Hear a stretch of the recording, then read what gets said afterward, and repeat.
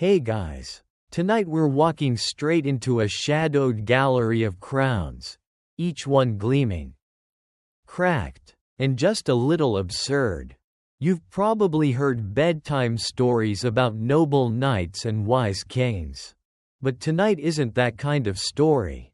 Tonight, you're going to wander candlelit halls where monarchs whisper to glass walls, shout at the sea, and sometimes forget their own lines on the grand stage of history. It's less bedtime heroics, more like bedtime reality TV, except with swords and no commercial breaks. Honestly, you probably wouldn't survive 5 minutes as one of these bizarre kings. Not unless you enjoy being a walking cautionary tale. So, before you get comfortable, take a moment to like the video and subscribe, but only if you genuinely enjoy what I do here. And while you're at it, drop a comment telling me where you're listening from and what time it is. I want to know which part of the world's bedtime this story is drifting into.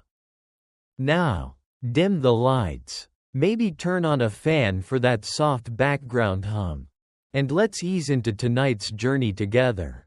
You step into medieval France, where the torches flicker against damp stone walls and whispers of madness chase you down corridors. King Charles VI waits ahead, and let me tell you, he's not exactly the poster child for stable leadership. Imagine ruling a kingdom while also being convinced your body is made of glass.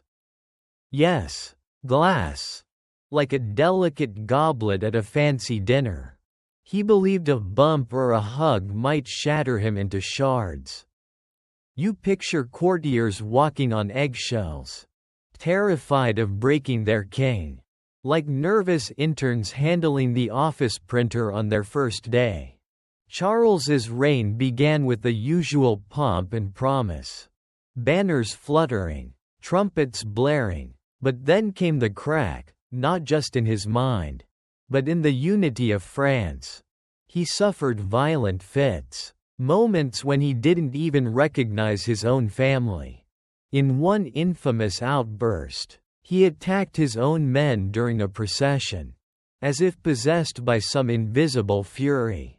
You hear the clang of swords, the horrified gasps, the shuffle of armored boots trying to subdue the very man they were sworn to protect. And yet, here's the bizarre paradox: in between these storms, Charles could still issue decrees, sign treaties, and charm envoys. It was like switching between two different channels, one broadcasting calm governance, the other late-night horror reruns. Historians still debate whether his glass delusion was a unique psychological quirk or a reflection of the crushing stress of kingship. Maybe both. Either way, it turned France into a kingdom ruled partly by fear, partly by awkward silence. The royal court scrambled to keep appearances. Picture elaborate feasts where courtiers tried to pretend everything was fine, sipping wine while side-eyeing the king in case he decided the roast duck was plotting against him.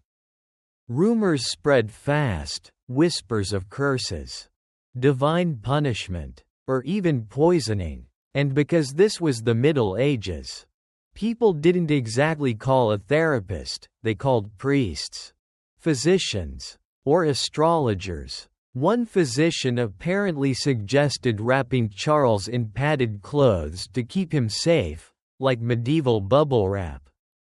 Practical? Maybe. Fashionable? Absolutely not. You move through those echoing chambers and feel the tension. Thick as candle smoke. This was the king who would sometimes forget he was king, leaving his uncles and ambitious nobles to tug the strings of power. Civil war flickered to life. Rival factions using the king's illness as both weapon and excuse. You can almost hear the scratching of quills as alliances formed and dissolved like sandcastles in the tide. And yet, the strangest part is the sympathy he stirred. Despite the chaos, many subjects pitied him. Imagine seeing your monarch not as a distant tyrant but as a fragile, suffering figure, half man, half myth, half disaster. Okay, that's three halves, but you get the idea. He became a symbol of human frailty wrapped in ermine robes. And in some twisted way, that made him unforgettable. As you slip further into the night, the torches sputtering low, you realize Charles VI's reign wasn't just bizarre. It was a reminder that even the most powerful throne can't shield a mind from breaking. His kingdom staggered on, patched together by schemers and loyalists alike, while he drifted between clarity and collapse. And you, watching from the gallery of history, can't help but smirk. The Glass King may have thought he'd shatter. But it was France itself that cracked under the weight of his crown. You drift forward, past the shattered glass illusions of Charles VI, and find yourself in England, where the fog rolls across damp fields and the sound of church bells feels heavier than the air. Here sits Henry VI, a king so devout, so consumed by holy stillness, that people sometimes wondered if he had mistaken the throne for a pew. Imagine being crowned and deciding your main royal hobby would be prayer marathons. Yes, Henry wasn't just a pious king, he was practically a one-man monastery in a crown. You see him sitting silently in a chapel, the flicker of candlelight tracing long shadows across his indigo robe. His courtiers shift uncomfortably, waiting for orders, while Henry whispers Latin verses under his breath like someone endlessly mumbling their Wi-Fi password.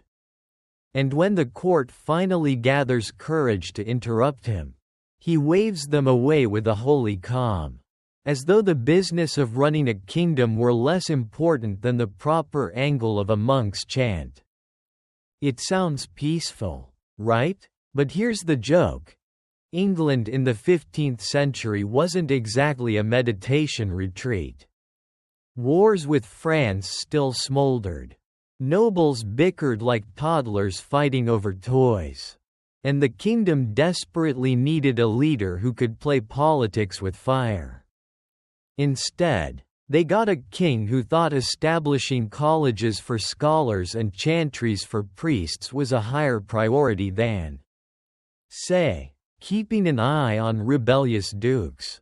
Picture England as a house on fire while Henry calmly installs a new bookshelf in the study.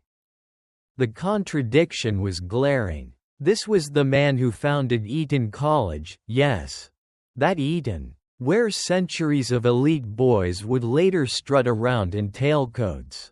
And he also established King's College, Cambridge, because apparently education mattered more than battlefields in his eyes. Admirable? Sure. Practical for a medieval king? Not so much. While Henry envisioned generations of scholars parsing Greek texts, his nobles envisioned themselves storming each other's castles. And then there were the silences. Long, troubling silences. Historians still debate whether Henry's bouts of stillness were holy trances, deep depression, or something closer to mental collapse. At one point, he supposedly sat motionless for over a year, not speaking, not reacting, even when his queen gave birth to his son. Imagine trying to show your husband the baby and he just stares into the distance like he's buffering. Not exactly the family reaction you hope for. Meanwhile, the Wars of the Roses erupted, and Henry was caught like a dazed monk in the middle of a tavern brawl. He wore the crown, but his queen, Margaret of Anjou, did the heavy lifting. She schemed, plotted, rallied armies, basically ran the kingdom while Henry tried to find God in the corners of his tapestries. Courtiers whispered that the real king was Margaret, while Henry was more like England's official mascot for prayer. And yes, the humor practically writes itself. Imagine a battlefield where soldiers clash, arrows fly, and somewhere in the distance Henry is kneeling, murmuring, "Lord, guide my people," while his banner falls into enemy hands. Or a council meeting where nobles argue furiously, and Henry interrupts with, "What if we all just prayed?" Cue the collective groan. But here's the twist. Henry's softness gave him a kind of tragic dignity.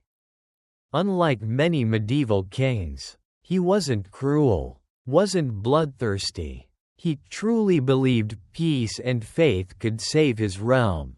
The tragedy is that the realm didn't believe it back. Power-hungry nobles took advantage. And the result was decades of chaos, bloody roses blooming on English soil. You move through those corridors of history and feel the irony. Henry VI, saintly in temperament, was canonized in popular memory even after his fall. People whispered miracles at his tomb, as though his holiness had outlasted his disastrous reign.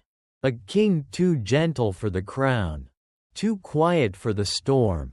And as you leave him kneeling in eternal prayer, you can't help but sigh. In the brutal theater of medieval kingship, Henry VI was the wrong actor in the wrong play, but he played his part with a strange, haunting sincerity. You wander eastward now, the fog of England fading behind you, until the streets of Prague stretch out like cobblestones sprinkled with spilled beer. And that's fitting, because the king you're about to meet seemed to think his royal duties could be poured into a mug and swallowed whole. Wenceslaus IV of Bohemia, yes, the same region we'd later call part of the Czech lands, wasn't just eccentric, he was practically the medieval mascot for day drinking. Picture it. A king sprawled in his russet tunic, cheeks flushed, a golden cup dangling from one hand, while courtiers exchange nervous glances. You'd expect him to discuss taxes or foreign alliances. Instead, he slams his cup down and demands more hops in the brew. One chronicler even joked that Wenceslaus ran his kingdom from the tavern bench rather than the throne. Imagine if your boss only held meetings at happy hour. That was Wenceslaus in a nutshell. And it wasn't just about the drinking. He had a short fuse. And when ale fueled his temper, things got bizarre. At one point, he supposedly locked up members of the clergy. Some say even drowned a priest, because he disagreed with their nagging about morality. You can almost hear the medieval version of HR screaming in the background. Historians still debate whether these tales were exaggerated by his enemies, or if he really did take his hangovers out on the clergy. Either way, it gave him the reputation of a monarch who mixed piety with pint glasses in the most chaotic way possible. But here's where it gets stranger. Despite his unpredictable behavior, Wenceslaus adored animals. Chroniclers describe him doting on his dogs more than on his council. Picture a royal meeting where a duke is trying to warn him of rebellion, and Wenceslaus interrupts to scratch behind his hound's ears and ask if the stew had enough bones for the kennel. You get the sense he would have been an excellent tavern keeper. Or maybe an eccentric pet groomer. But an effective ruler? Not so much. The absurdity deepens when you imagine him during the Hussite tensions in Bohemia. Religious reformers were stirring. People were questioning papal authority. the entire kingdom teetering toward upheaval, and Wenceslaus was more interested in whether his ale had gone flat. A chronicler notes him being found drunk in the vineyards while Prague simmered with unrest. It's like the orchestra tuning up for revolution while the conductor naps under the piano. Of course, not all was comedic. His negligence gave rise to instability, which in turn fueled the Hussite wars after his death. Some historians suggest his erratic reign directly set the stage for one of Europe's most dramatic religious conflicts. Others argue he was simply overwhelmed by forces no king could have contained. Alcohol or no, but the image persists. A monarch who drowned his anxieties in beer until the kingdom itself felt tipsy. Still, the humor is irresistible. Imagine him giving a royal decree that basically reads, "Henceforth, all grievances shall be settled," with a drinking contest. Or his guards rolling their eyes as he insists that the tavern is, in fact, the perfect venue for diplomacy. And when peasants mutter about poor harvests, he likely muttered back, "At least the barley's fine." You drift past his court, sticky with the smell of spilled ale and roasted meat, and you can almost feel the contradiction in your bones. Wenceslaus wasn't malicious like other kings you've met, or will meet, but his indulgences left his crown wobbling like a tankard set down on uneven wood. He cared, in his way, but mostly about the wrong things. And in that, he became a curious kind of legend, the king who poured more into his glass than into his kingdom. And so you leave him behind, laughter still clinking faintly like mugs colliding in the night. The memory of a monarch whose reign was as frothy and unstable as the beer he loved too much. You drift across the Seine now, where the soft lamplight reflects off the rippling water, and you step into the shadow of a monarch whose very mind betrayed him. Charles VI of France, better known to history as Charles the Mad, sits in your imagination like a candle burning at both ends, flickering wildly between brilliance and terror. At first, you might pity him. After all, when he came to the throne, he was young, charming, and even earned the title, the Beloved.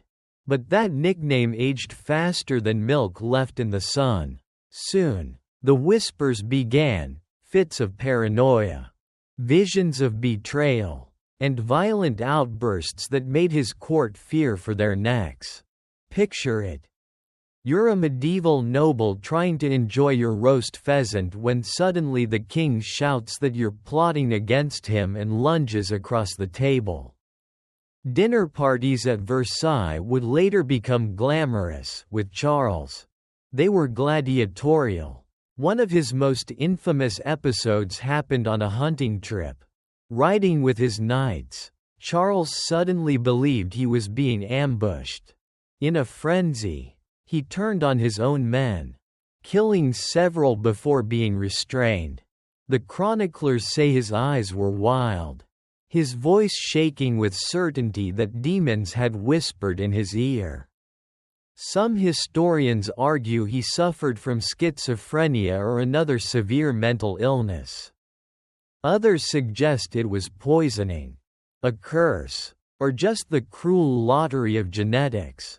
What everyone agrees on is that ruling a kingdom while convinced your advisors are assassins is not ideal. The eccentricities didn't stop there. At times, Charles forgot who he was.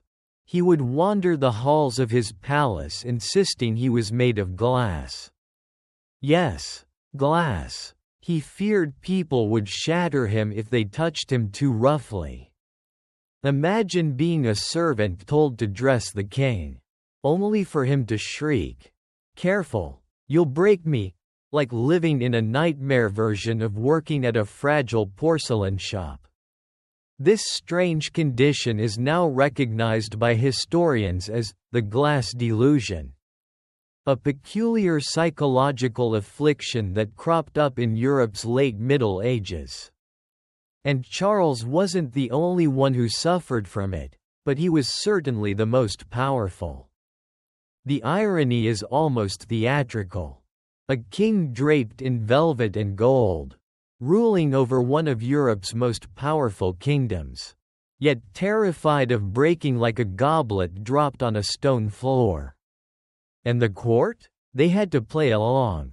Courtiers padded his rooms with cushions, and attendants moved with exaggerated gentleness, as though the fate of France depended on tiptoeing around a giant champagne flute. Of course, beneath the absurdity, tragedy brewed. France in the late 14th century was already battered by the 100 Years' War with England. Leadership required decisiveness, strategy, and strength. Instead, Charles's unpredictable mind left a vacuum. His relatives squabbled for power. Factions formed, and the kingdom lurched into chaos. The infamous Burgundian and Armagnac Civil War, an internal feud that ripped France apart, took root in this very weakness.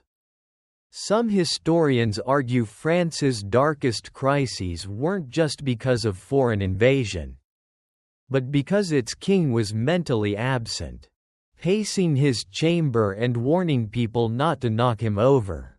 Yet even here, the humor glimmers like candlelight through stained glass. Imagine Charles suddenly bursting into a council meeting and declaring, "I am St. George.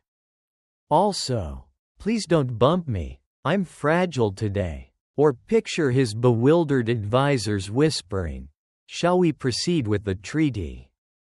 Or should we just wrap him in straw for now?" It was government by farce. The sort of thing Monty Python might have written if they'd been paid in gold florins. And still, when you listen closer, you hear the ache in his story. A man trapped by his own mind, feared by his family, pitied by his people, used as a pawn by ambitious uncles and dukes. A king who went from beloved to mad, because history can be merciless with its labels. You linger a moment longer, hearing the rustle of silk, the clatter of armor, the low hum of political scheming, all circling around a man who once dreamed of being a great monarch but became instead a tragic curiosity. As you step away, you realize his reign was less about rulership and more about survival, for him. For his court, for the kingdom itself, France carried the weight of a fragile king. And that fragility left cracks in the crown that would take generations to mend. You find yourself stepping into the swirling mists of Russia now, where the bells of Moscow echo like iron against the cold air. And the figure of Ivan IV, better remembered as Ivan the Terrible, comes into view. The name alone tells you this isn't going to be a bedtime story about kittens. But don't worry, you're not in danger, unless you accidentally spill his soup. In which case, you might lose your head. Ivan's childhood reads like the manual for how to create a paranoid ruler. Orphaned young, surrounded by scheming boyars who treated him more like an inconvenience than a future czar. Ivan grew up watching betrayals slither through the corridors of power. By the time he crowned himself as Russia's first Tsar of all the Russias, in 1547, he was determined never to be anyone's pawn again. Unfortunately, his method for asserting authority was basically, make everyone terrified of me. And if that doesn't work, make them more terrified. Picture him at court, robed in indigo trimmed with sable fur. eyes blazing like a bonfire that never cools. He could be dazzling, issuing reforms, strengthening the army, even introducing new legal codes. For a while, he looked like the strong, modernizing monarch Russia needed, but then the darker side crept in. His paranoia metastasized, and soon, Ivan created the Oprichnina, a personal force of black-clad horsemen who carried severed dog heads and brooms on their saddles, symbols of sniffing out traitors and sweeping them away. You can imagine the terror of seeing them ride into your village. It wasn't exactly the medieval version of the neighborhood watch. And yet, absurdity clung to Ivan as tightly as his madness. He loved long religious ceremonies, sometimes forcing his court to stand for hours while he chanted prayers, like the world's worst open mic night. He also kept a pet bear, because apparently having a ferocious animal as your party guest was his idea of a good time.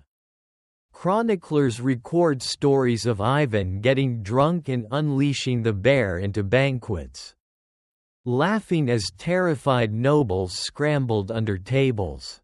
Nothing says, "Fun Friday night," like wondering if the Tsar's bear will eat you before dessert. But the tragedy runs deeper. Ivan's reign was marked by swings of brilliance and brutality, like a pendulum knocking down everyone in its path. He expanded Russian territory dramatically, conquering Kazan and Astrakhan, opening trade with England, and laying the foundations of an empire that would endure for centuries. At the same time, he unleashed brutal purges, massacred entire towns, and once, in a fit of rage, killed his own son, an act immortalized in one of history's most haunting paintings, where Ivan cradles the dying heir, eyes wide with horror at what he'd done. Some historians argue his violence was the product of untreated mental illness. Others say it was simply the grim logic of absolute power with no checks. And through it all, his contradictions shine like ice catching the sun. A man who could pen letters dripping with eloquence, then order executions with a flick of his wrist. A ruler who dreamed of making Russia a great empire, but whose own paranoia gnawed at the roots of stability. Imagine living under him. One day you're praised with gifts. The next you're accused of treason because you sneezed at the wrong time. It's like being stuck in the worst reality show. Except the elimination round is literal. Of course, you can't help but laugh at the occasional absurdities. Picture a noble trying to survive Ivan's mercurial moods. Yes, Your Majesty, your new legal code is brilliant. Your Majesty. Oh, also, your bear is very well behaved tonight. Or imagine being a scribe told to record his reforms while quietly wondering if you'll still be alive to finish the manuscript. It's dark comedy at its finest. History's way of reminding us that truth can outdo satire. As you step back from the icy glow of Ivan's Moscow, you feel the chill seep into your bones. Not just from the winter air but from the shadow of a ruler whose legend is stitched from equal parts genius and terror. His reign was a warning dressed as a saga. Proof that brilliance and brutality often share the same throne. You leave the frozen spires of Moscow behind and drift toward the grey skies of Denmark, where the North Sea wind slaps you awake like an impatient relative. The year is the early 1500s, and you're about to meet Christian II of Denmark, a man who somehow managed to be both ruthless and bafflingly indecisive at the same time. If Ivan the Terrible was a roaring bonfire, Christian was more like a damp log that occasionally burst into flames, then fizzled awkwardly. Christian inherited the Danish throne in 1513, and with it, control over Norway and, in theory, Sweden, though the Swedes weren't exactly lining up to sing "Kumbaya" under Danish rule. Christian's reign started with ambition. He wanted to strengthen the monarchy, centralize power, and play the big leagues of European politics. Unfortunately, his methods were less statesman and more bull in a medieval china shop. Take his most infamous moment, the Stockholm bloodbath of 1520. Christian rode into Sweden determined to stamp out rebellion, crowned himself King of Sweden, and then promptly hosted what you might call the worst afterparty in history. Under the pretense of celebrating his coronation, he ordered the execution of about 80 Swedish nobles and clergy in Stockholm's main square. Imagine showing up for a feast and ending up at your own execution. Even medieval Yelp reviews would have been scathing. But here's the kicker: instead of securing his throne, the bloodbath backfired spectacularly. Sweden rallied, booted him out, and crowned Gustav Vasa as king. Yes, the same Gustav whose name lives on in IKEA furniture. Historians still debate whether Christian thought the executions would scare his enemies into obedience or whether he just let paranoia drive him. Either way, it was a strategic disaster. Like trying to fix a leaky roof by setting the whole house on fire. Back in Denmark, Christian's rule continued wobbling between reform and chaos. On one hand, he introduced progressive laws, protecting peasants from exploitation, improving legal codes, even trying to limit the power of greedy nobles. On the other hand, his attempts to micromanage everything turned allies into enemies faster than you could say, "Bad idea." He married Isabella of Austria, tying himself to the powerful Habsburg dynasty. But his real passion was for Dyveke, his Dutch mistress, whose influence over him scandalized the court. Picture nobles gossiping in russet cloaks, rolling their eyes and muttering, "The king is listening to her again?" And then there's his personality. Christian had the uncanny ability to make people both fear and mock him at the same time. He could be cruel, ordering executions and imprisonments on whims, but also oddly gullible. Swayed by flatterers and foreign advisors. At times, he seemed like he wanted to be the people's king, walking among commoners in plain teal clothes, listening to their grievances, but then, at the first whiff of opposition, he'd lash out like a cornered cat. His reign spiraled downward until 1523, when he was forced to abdicate and flee. You can imagine him sulking across Europe, begging relatives for support while eating humble pie. Eventually, he tried to stage a comeback in Norway. But it fizzled, and he was captured. The once fearsome king spent the last 27 years of his life imprisoned in a Danish castle. 27 years. That's longer than some medieval lives. Picture him sitting in his stone chamber, chewing stale bread, and grumbling, "This was not the throne upgrade I had in mind." There's even a strange, almost comical note in his imprisonment. Christian was said to be kept in decent conditions, with servants, food, and wine, though under constant guard. Some stories claim he tried to dig an escape tunnel with a spoon. Others suggest he simply paced back and forth, muttering like someone rehearsing excuses for a meeting he'd never attend. Historians still argue whether he deserved his nickname, Christian the Tyrant, or whether he was more a tragic fool than a true monster. As you lean back from this chapter of Scandinavian drama, you realize Christian II was a king caught between visions of grandeur and the reality of poor judgment. He wanted to be remembered as a reformer. But history mostly remembers him for the Stockholm bloodbath and the decades he spent in a glorified timeout. It's like aiming for legendary status and landing squarely in a cautionary tale. The cobblestones under your feet shift as you wander southward, slipping into the echoing corridors of late medieval France.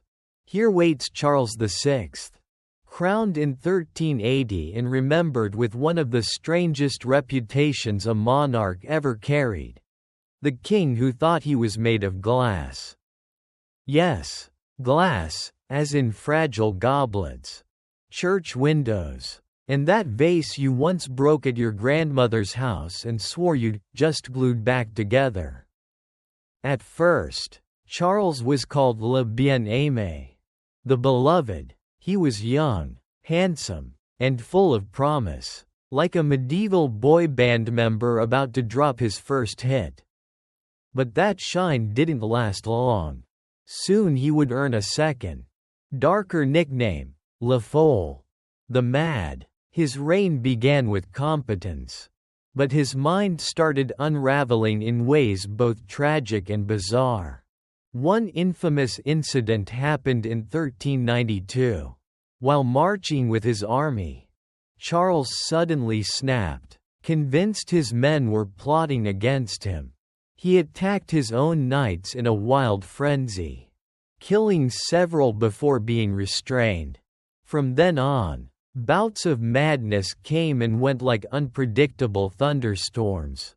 Sometimes he forgot who he was, wandering the palace halls with blank eyes. Other times, he refused to bathe or change clothes, convinced soap was plotting treason too.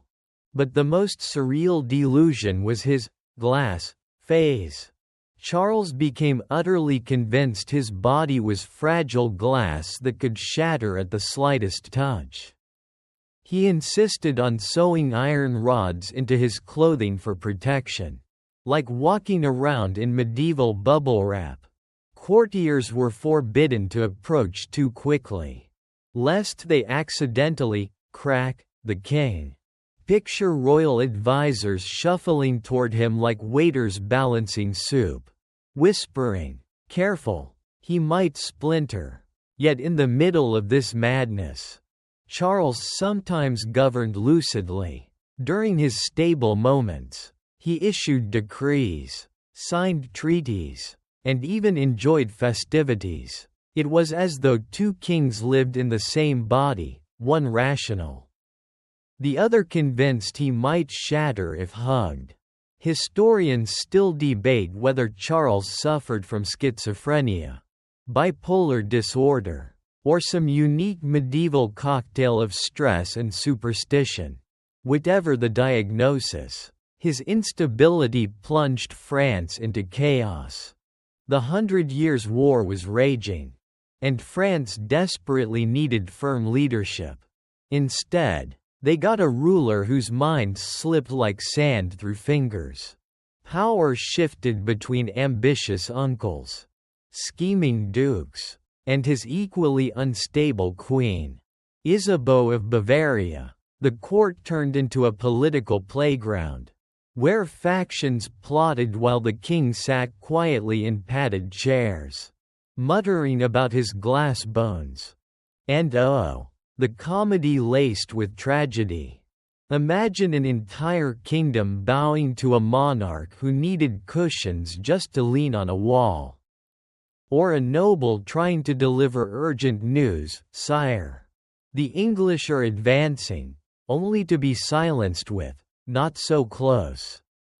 I might break." Even medieval chroniclers, usually deadly serious, couldn't resist a touch of irony when recording these moments. Yet, woven into the absurdity as genuine sorrow. Charles lived decades with his condition, his reign overshadowed by his fragile mind. His delusions weren't just quirky anecdotes, they altered the destiny of France. His weakness fractured the realm into rival factions, the Armagnacs and Burgundians, who tore the kingdom apart while England pressed its advantage.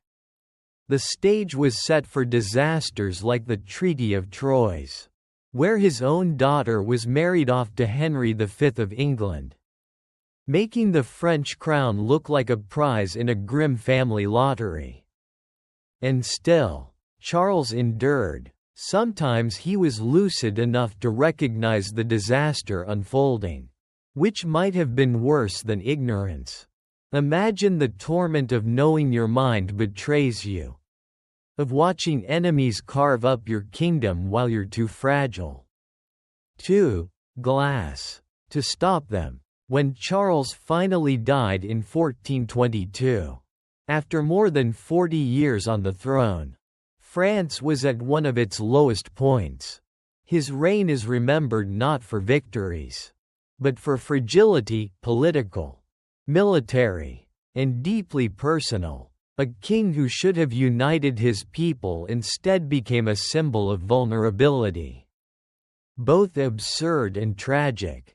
As you walk out of his shadowy palace, you can't help but think, Charles VI didn't just believe he was glass.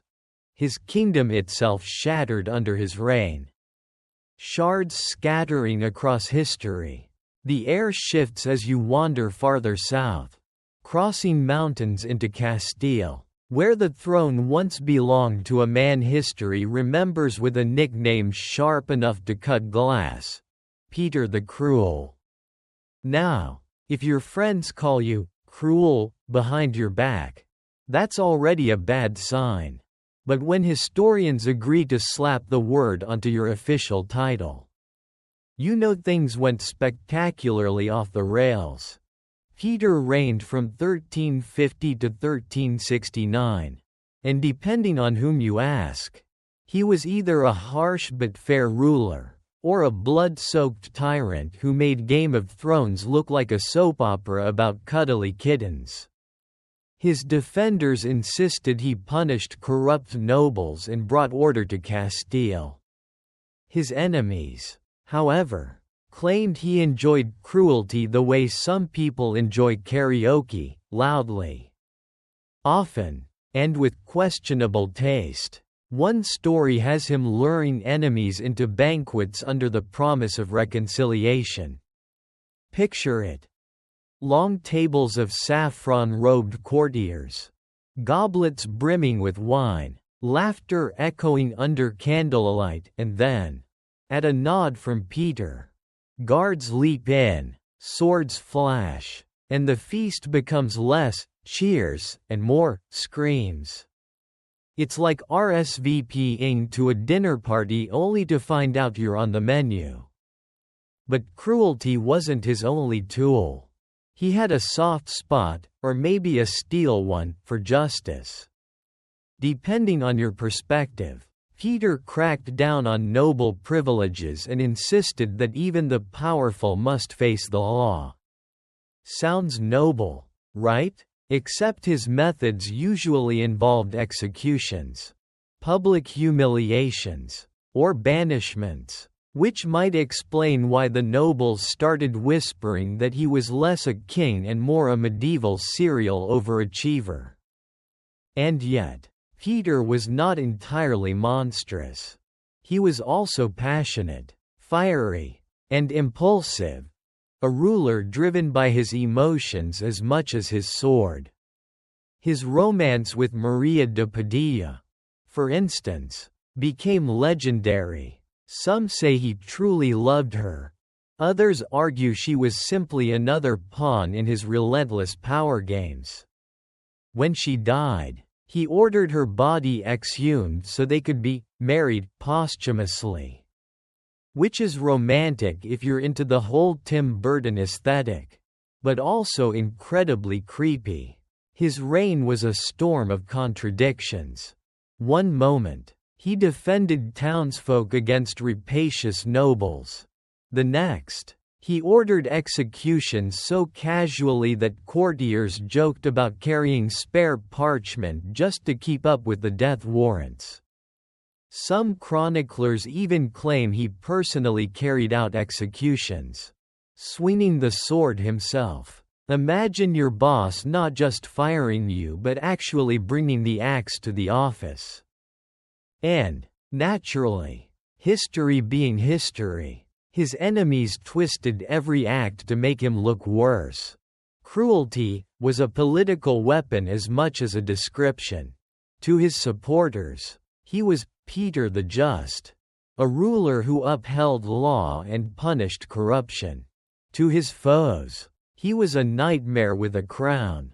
Historians still debate which version is closer to the truth, but the reality probably lies in the messy middle. A king too harsh to be beloved, too fiery to be stable, and too unpredictable to be ignored. His downfall came at the hands of his half-brother, Henry of Trastamara, who led a rebellion against him with French support. Their final meeting in 1369 turned into something out of a wrestling match.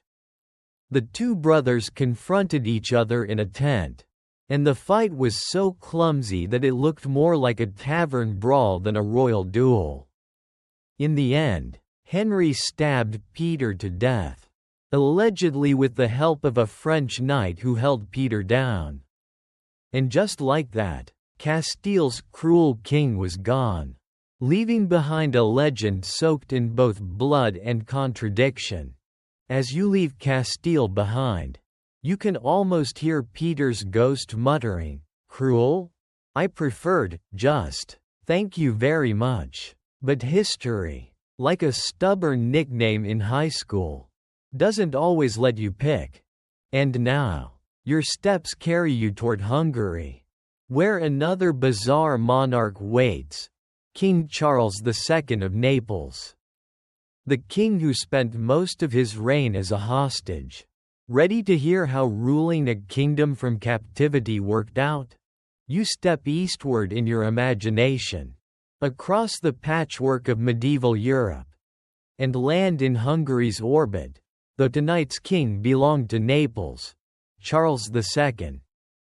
Nicknamed the Lame. Now, before you picture him hobbling through history with a cane and a bad attitude, remember that medieval nicknames were rarely flattering.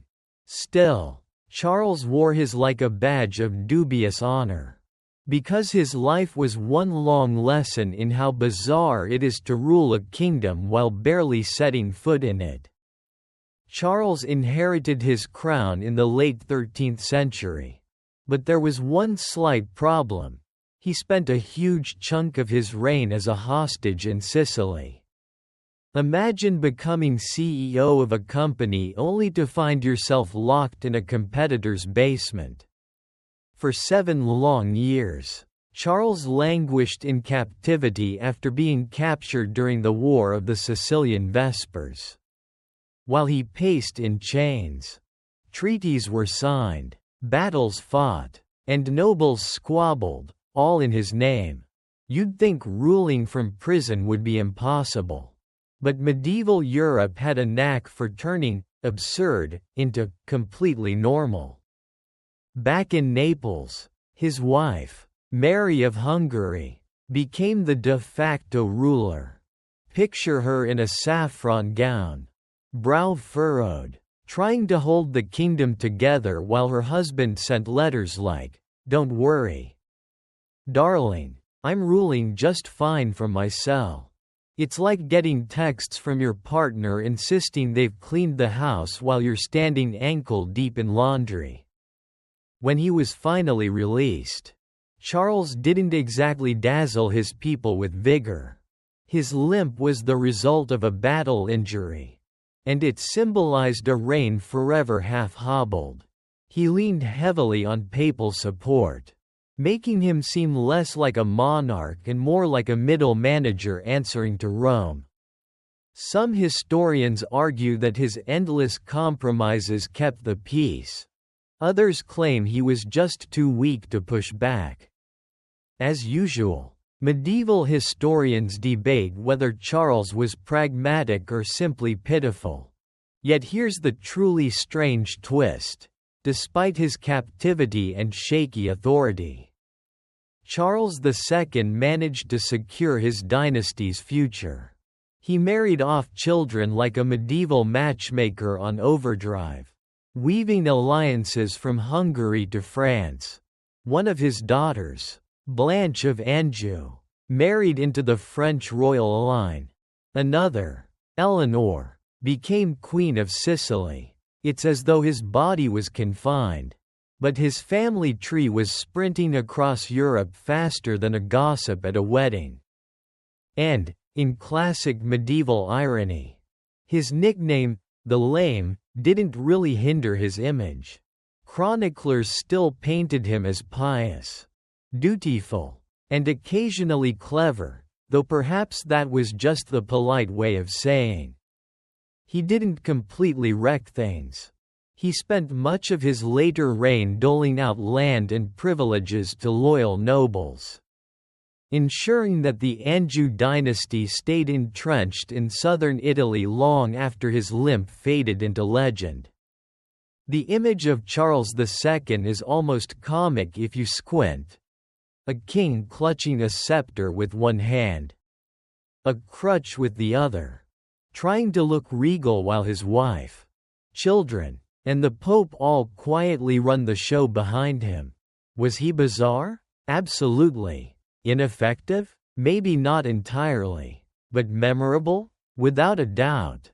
And as you drift from Naples, you feel the tug of the North Sea winds, pulling you toward Denmark, where you'll meet King Christian II. The monarch who mixed bloodshed with reform and somehow earned the nickname, Christian the Tyrant. Ready to see how a king can be both progressive and terrifying at the same time? You feel the salt wind nip at your face as you drift up toward Scandinavia, where the air is sharper, the light colder, and the stories decidedly stranger. Denmark in the early 16th century offers you Christian II, known to his friends and enemies alike as Christian the Tyrant. Not exactly the nickname you want on your medieval LinkedIn profile. But fair enough, given how things turned out. Christian was a paradox in boots. On one hand, he was progressive, he pushed reforms to help commoners, tried to break the stranglehold of the nobility, and even introduced laws to make life slightly less miserable for peasants. Imagine a medieval king standing at a podium, announcing free healthcare and labor rights, only to punctuate it with, "Oh, and by the way, I might also execute a few bishops this weekend." That was Christian's brand. The most infamous moment of his reign came during what's now called the Stockholm bloodbath of 1520. After marching into Sweden to assert his rule over the Kalmar Union, Christian invited nobles and clergy to a grand feast. Think turkey legs, music, wine flowing like water. Everyone probably thought they'd scored an invite to the medieval equivalent of a Michelin-starred dinner. Then, mid-celebration, Christian flipped the script. He had over 80 Swedish nobles and clergymen executed in the square, their bodies displayed as grim proof of his power. Surprise party? More like surprise mass execution. And yet, here's where it gets bizarre.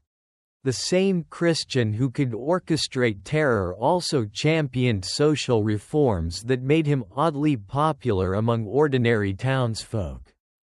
He cracked down on corruption, issued decrees to protect the poor from exploitation, and even opened trade opportunities for Dutch merchants. Some historians say he admired the Netherlands so much he tried to remodel Copenhagen after Amsterdam. Others say he just really liked their herring and waffles. There's a slice of dark comedy in how Christian managed to alienate absolutely everyone. The nobility loathed him for stripping their privileges. The clergy feared his reforms. And neighboring monarchs branded him dangerous. Meanwhile, the commoners, who benefited from his progressive laws, were left scratching their heads. Thinking, wait, is he a hero or a villain? Historians still debate whether Christian II was a forward-thinking reformer trapped in an age of entrenched elites, or just a ruthless autocrat who liked to dabble in good PR. After the bloodbath fiasco, his reign unraveled like a poorly sewn tapestry. Sweden broke away, Denmark's nobles staged uprisings, and Christian fled into exile. He spent his later years plotting a comeback, writing letters full of grandiose plans, and wandering through European courts like an unwanted houseguest. Finally, when he tried one last coup, he was captured and locked away in a castle tower, where he lived in confinement for nearly 27 years. Imagine pacing the same stone floors for almost 3 decades. Even Netflix's endless library couldn't save you from that boredom. The irony? Despite the tyrant moniker, his long imprisonment made him look more like a tragic figure than a monster. His reforms outlived him in certain corners, and his failures became cautionary tales. Was he progressive? Yes. Was he brutal? Also yes. Did he make history unforgettable? Absolutely. As you drift away from Denmark's chill, the wind shifts again, carrying you towards Spain, where you'll meet a king so bizarre he blurred the line between holy devotion and outright madness. Charles II of Spain. The Bewitched. Are you ready to step into a royal court where superstition ruled as much as the monarch? You step through the heavy oak doors of Spain's royal palace, the air thick with incense, whispers, and the creak of velvet-draped chambers. Here sits Charles II of Spain, El Hechizado, the Bewitched. If you thought Christian II was a paradox, Charles is more like a living riddle wrapped in a curse, then wrapped again in some questionable genetics courtesy of the Habsburg family tree. From the moment you see him, you notice the infamous Habsburg jaw, jutting so far forward it looked like he was permanently pouting about losing his Wi-Fi signal. Eating and speaking were difficult. Ruling an empire stretched across Europe and the Americas was even harder. His body was frail, his health precarious, and his mind often clouded. Doctors scribbled notes like frustrated IT guys. Have you tried turning the king off and back on again? The Spanish court, rather than facing science, often blamed witchcraft. Ministers muttered that dark spells caused Charles's weakness, and priests performed endless exorcisms. Picture a royal chamber where instead of discussing taxes or foreign policy, everyone was huddled around the king chanting prayers like medieval ghostbusters. At one point, they even exhumed the body of his dead relatives, hoping the bones might cure his ailments. Spoiler: they did not. Despite his struggles, Charles's reign carried real weight. Spain was still a colossal empire. But it was also teetering on collapse. Wars drained the treasury. The once mighty armada was a shadow of itself. And corruption spread like spilled ink. Charles, childless and chronically ill, became the tragic symbol of a dynasty literally running out of strength. Historians still debate whether his decline was mostly superstition and gossip, or whether generations of inbreeding had doomed him from the cradle.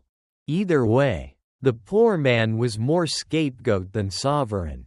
And here's where the dark humor creeps in.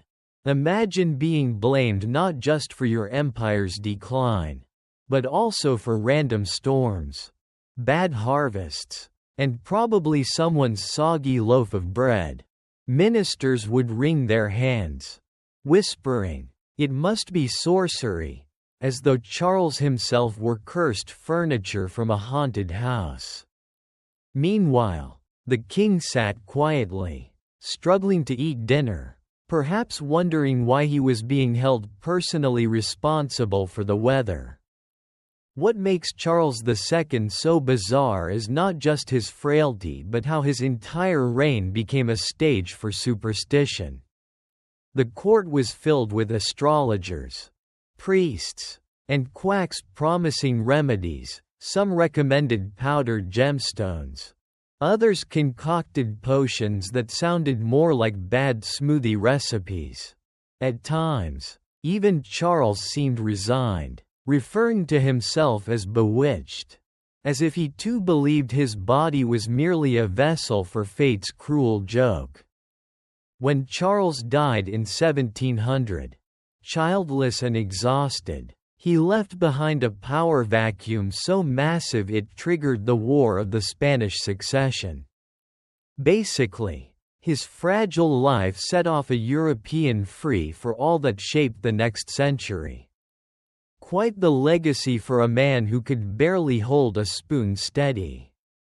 You step out of Spain's palace, the candlelight flickering behind you, and feel the air shift again.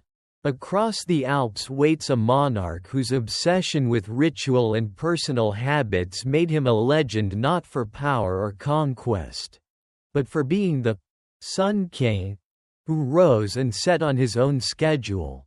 Louis XIV of France. Would you like to glide next into his dazzling, yet deeply peculiar, court at Versailles?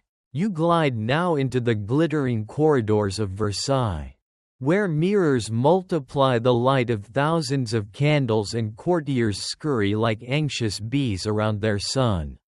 Here stands Louis XIV, the Sun King. A man so convinced of his own centrality to the universe that even your most self-absorbed friend would look humble by comparison.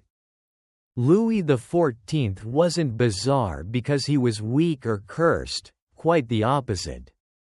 He was bizarre because he transformed his daily routine into national policy. Every single thing he did, from waking up to brushing his magnificent wig, was a spectacle. Imagine your morning routine: wake up, scroll through your phone, yawn, and now picture 100 people crammed into your bedroom watching you do it.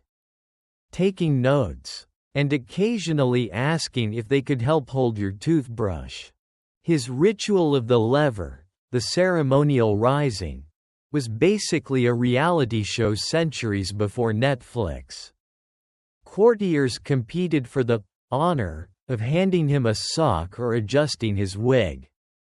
Some waited years for the chance, like medieval fanboys queuing for Comic-Con autographs.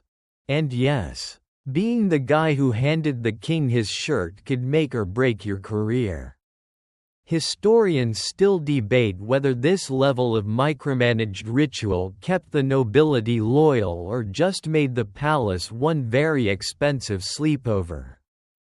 But Louis had quirks beyond ceremony. He was obsessed with control, not just of his court but of every detail of life at Versailles. He demanded a daily ballet of flattery, elegance, and extravagance. Eating became performance too. The grand couvert, where nobles watched him dine, as though munching roast pheasant was somehow divine theater. Imagine trying to eat your fries while an audience critiques your ketchup technique. That was Louis's Tuesday night. His health rituals were equally bizarre. He underwent countless medical procedures, many of them horrifyingly unnecessary. At one point, his doctors removed a massive anal fistula, an operation so famous that it inspired court-wide celebration, complete with a hymn praising the surgery. Yes, there was literal music written to honor the king's behind. Medieval Spotify playlists must have been wild. And then there was his fashion. Louis loved high heels, red ones. In fact, centuries before they became a status symbol again. His elaborate wigs were taller than some of his courtiers, towering monuments to both vanity and political theater. A bad hair day wasn't an option, his head was a stage set. The irony of it all is that while Louis's rituals and grandeur projected invincible power, France's economy creaked under the weight of his extravagance. Endless wars and building projects left the treasury gasping for air. Yet, in his world, the glitter never dulled. The king was the sun and everyone else orbited, whether they liked it or not. There's comedy here, too. Imagine Louis scrolling TikTok, if TikTok had existed, insisting every video should start with his face. Or picture courtiers practicing their bowing angles in the mirror like influencers rehearsing camera poses. Versailles was both a palace and the original stage for performative culture. And when Louis finally set, after a reign of 72 years, his rituals and pageantry left a model for monarchy so dazzling that even centuries later, we can still feel the burn of his spotlight. But as you step out of Versailles, blinking from all the candlelight, you realize the next king you'll meet took ritual in an entirely different direction, into obsession, paranoia, and a descent that made Versailles look like a cozy spa retreat. You're heading north again, into the strange mind of Eric XIV of Sweden. Would you like to follow into his icy court of suspicion and poisoned banquets? You step away from the golden glow of Versailles and find yourself trudging across the cold stone corridors of Sweden, where the air feels sharper, the light thinner, and the mood heavier. This is the court of Eric XIV. A king whose reign in the 16th century was not gilded with sunlit rituals but instead clouded with paranoia so thick you can practically taste it in the drafty halls. Eric XIV had the resume of a promising monarch, son of the great Gustav Vasa, heir to a kingdom building itself into power, but what set him apart wasn't vision or strategy. It was fear. Endless, gnawing, relentless fear. He saw traitors in every shadow, whispers in every corridor, plots behind every polite smile. If Versailles was a theater of glitter, Stockholm under Eric was a haunted house where even the wallpaper seemed suspicious. His obsession with astrology didn't help. He clung to star charts like they were Google Maps for destiny, asking court astrologers to predict betrayals, conspiracies, even his love life. You picture him squinting at the night sky, convinced that Mars blinking twice meant his cousin was sharpening a dagger. Historians still debate whether his paranoia was fueled by mental illness or simply the crushing pressure of kingship. But either way, the stars weren't much comfort. One of his strangest quirks was his dramatic mood swings. He could be generous and poetic one moment, writing verses about beauty and justice, and then explode in violent rage the next. Convinced a friend was an enemy, his court tiptoed around him like people trying not to wake a sleeping toddler armed with a broadsword. And then came the Stuart murders in 1567. The defining eruption of his paranoia. The noble Stuart family, long prominent in Swedish politics, became targets of Erik's suspicion. He invited them to a meeting. Imagine a tense family dinner where everyone knows something is wrong, and in a sudden frenzy, he personally stabbed one of them to death. His guards followed his lead, killing several others. It was less political strategy and more horror show improv. And it shocked even those already used to his volatility. There's a grim humor here. If you squint, imagine the royal calendar. Monday. Poetry recital. Tuesday. Astrology consultation. Wednesday. Noble bloodbath. Not exactly the kind of variety that makes a kingdom thrive.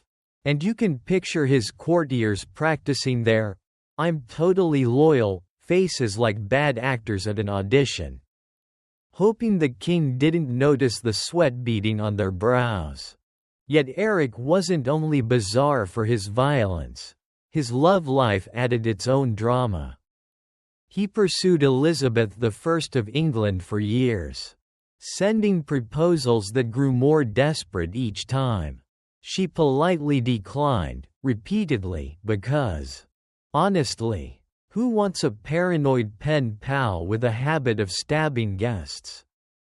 Eventually he married a commoner, Karen Mansdottir, elevating her to queen. It was romantic in theory, bizarre in practice. Nobles sneered at her humble background, and Erik's paranoia grew even sharper.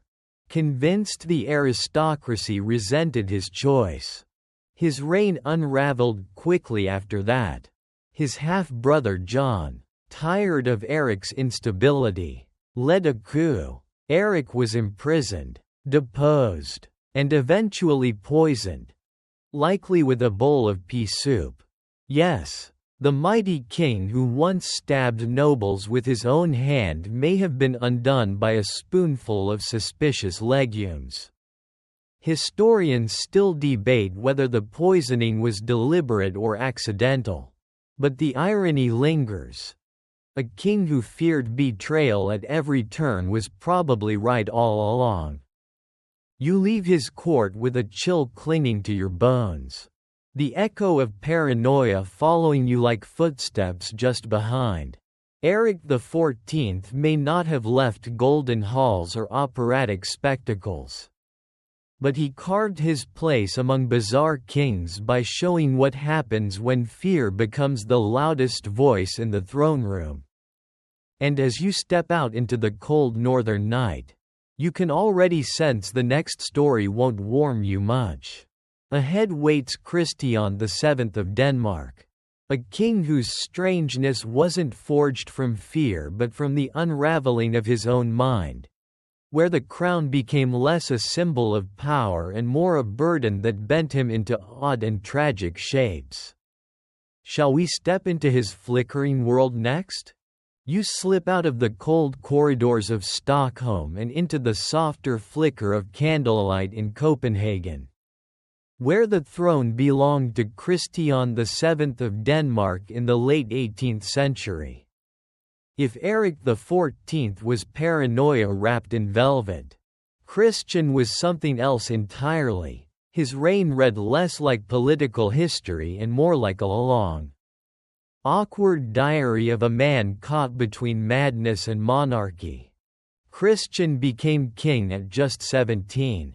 Which is roughly the age when most people can barely figure out how to pay rent or stop leaving laundry in the machine.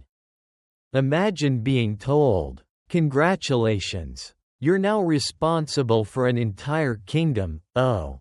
And by the way, Europe is watching." That's enough pressure to crack anyone.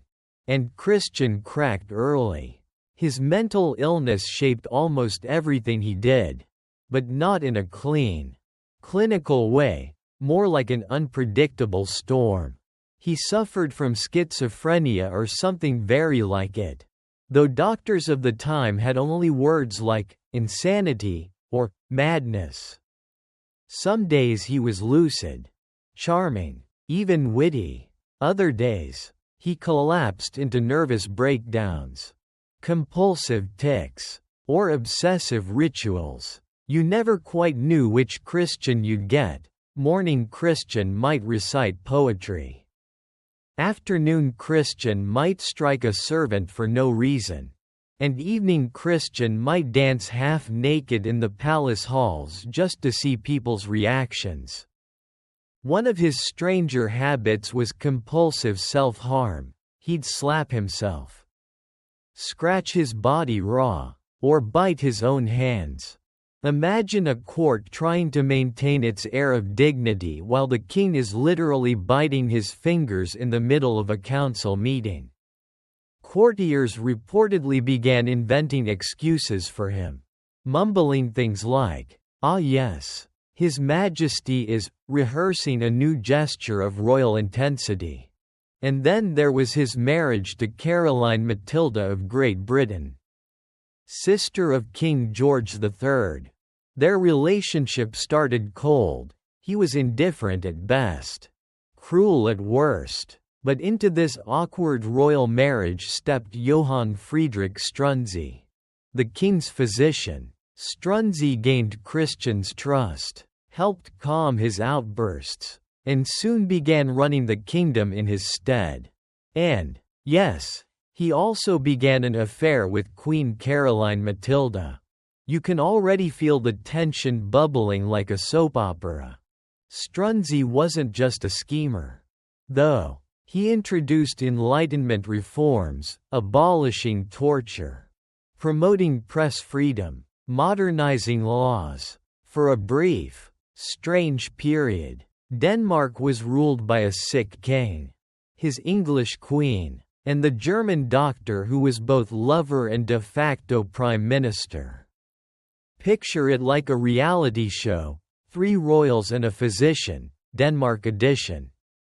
Historians still debate whether Strunzi genuinely cared for Christian or simply exploited him. But one thing is certain, he left a mark. Of course, palace politics being palace politics. It couldn't last. Strunzi's enemies plotted, rumors spread, and eventually he was arrested, tried, and executed, grisly details omitted here. Because bedtime stories don't need too much blood. Caroline Matilda was exiled, and Christian was left once again in the grip of his illness.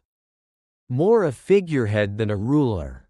What makes Christian's reign so bizarre isn't just his erratic behavior, it's the fact that, through him, Denmark briefly experienced a burst of progressive reforms that otherwise might have taken decades longer. The irony? These reforms came not because of the king's strength, but because of his weakness. His fragility created a space where others could act.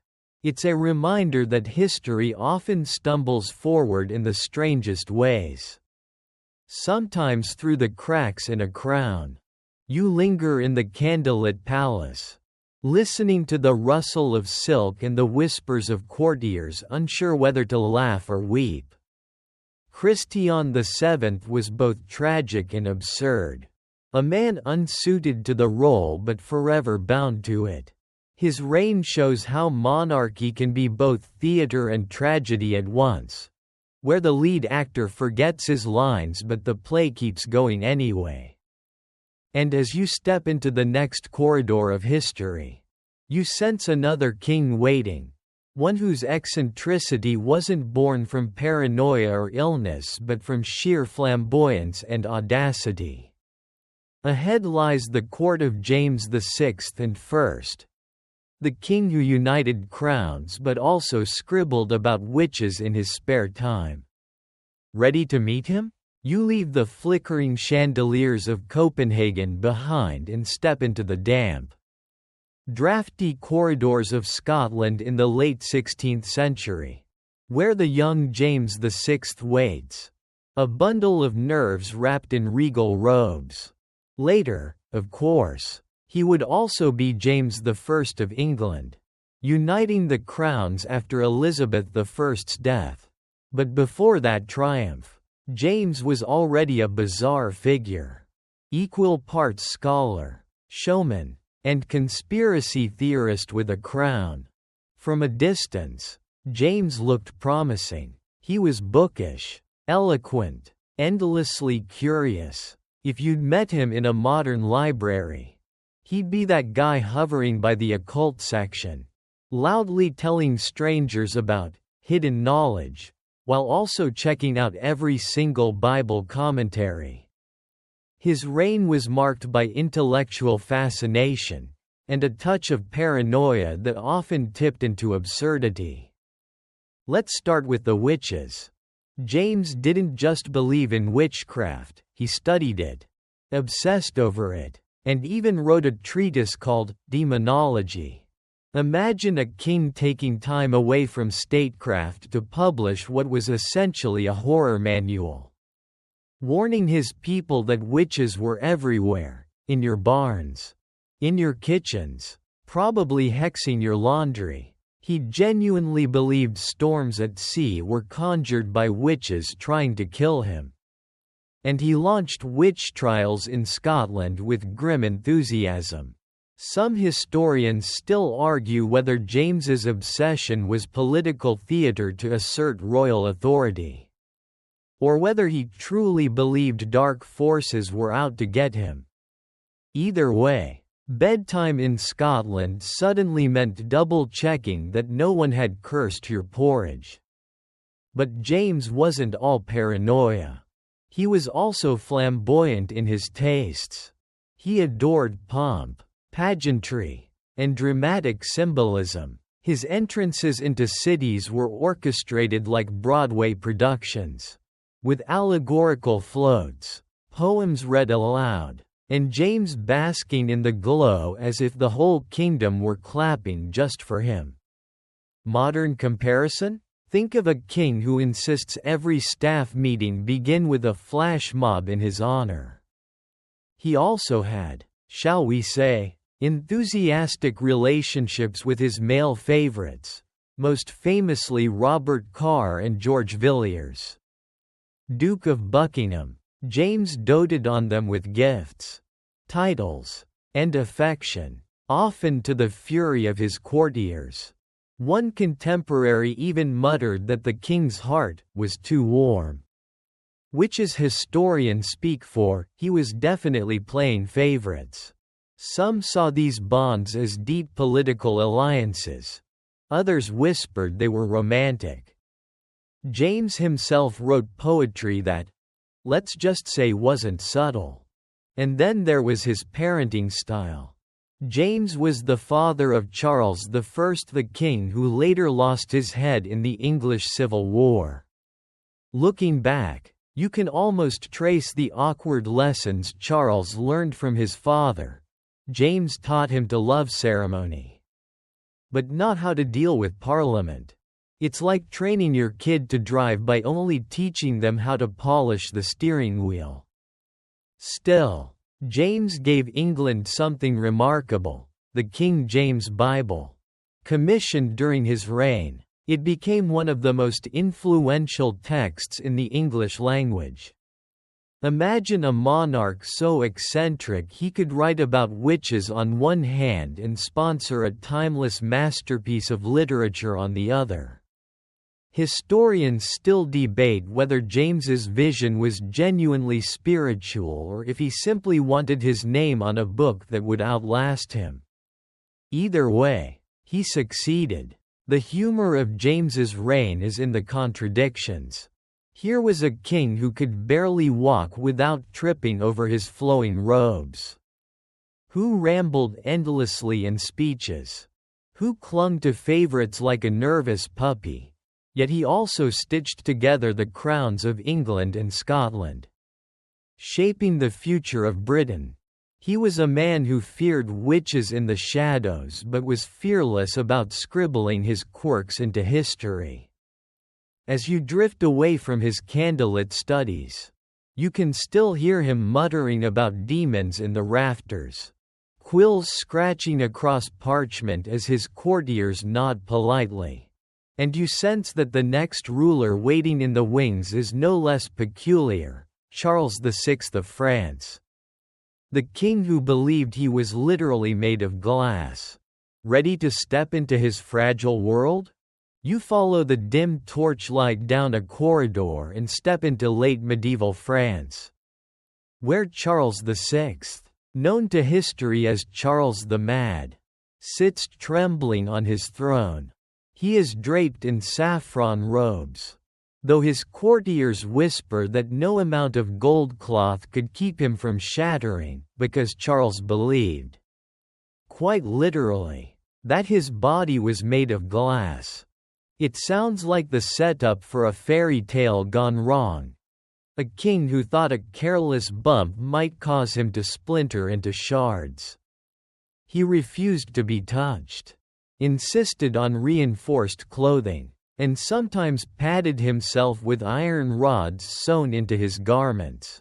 If you're picturing a medieval monarch wrapped like delicate stemware, you're not far off. And yes, historians still debate whether Charles's infamous glass delusion was the product of genuine mental illness, or whether it was exaggerated later by chroniclers who enjoyed a dramatic story. Either way, you probably wouldn't have wanted to high-five him. Charles's reign began with promise. As a young ruler, he was admired for his vigor and charisma. But in 1392, something broke inside him during a campaign. He suddenly lashed out at his own men in a frenzy, killing several. From then on, he spiraled into periods of confusion, paranoia, and melancholy. Imagine your boss showing up one day, announcing he's made of glass, and then trying to stab you the next week. It's not exactly the leadership style that inspires stability. And yet, Charles's delusions weren't always violent. Sometimes they were tragically gentle. He would wander his palace in indigo slippers, muttering that he was brittle, that any touch could shatter him. Servants tiptoed around him, terrified of both his fragility and his sudden outbursts. The royal household became less like a court and more like a haunted house, each room echoing with uncertainty. Of course, medieval France wasn't short on drama. While Charles was retreating into his fears, his kingdom fractured into rival factions, the Armagnacs and the Burgundians. Civil war simmered, and England, always eager for a French crisis, took the opportunity to push deeper into French soil. Some historians argue that Charles's illness handed Henry V of England one of his greatest advantages, culminating in the famous Battle of Agincourt. In other words, the king's fragile mind had very real consequences for Europe's map. Still, the humor lurks in the absurdity of daily life. Imagine being a court physician, summoned to reassure the king that he wouldn't shatter if someone brushed against his shoulder. Or a scribe trying to keep a straight face while recording. His Majesty commands padded furniture so that His Majesty's glass limbs remain intact. It's the kind of workplace note you'd want to frame. The tragedy, though, is undeniable. Charles's wife, Queen Isabeau of Bavaria, became a controversial figure, accused of corruption and affairs, though much of this was likely exaggerated by enemies. In truth, she bore the burden of managing a fractured court while her husband drifted in and out of lucidity. The kingdom stumbled onward, sometimes held together more by ceremony than substance. And yet, Charles survived decades in this fragile state. He died in 1422. Not shattered, but worn thin. His reign left France broken into factions, but also oddly resilient, because somehow, despite everything, the kingdom endured. Historians still argue whether Charles's madness should be seen as a personal tragedy or as a symbol of a larger, fractured France. Perhaps both.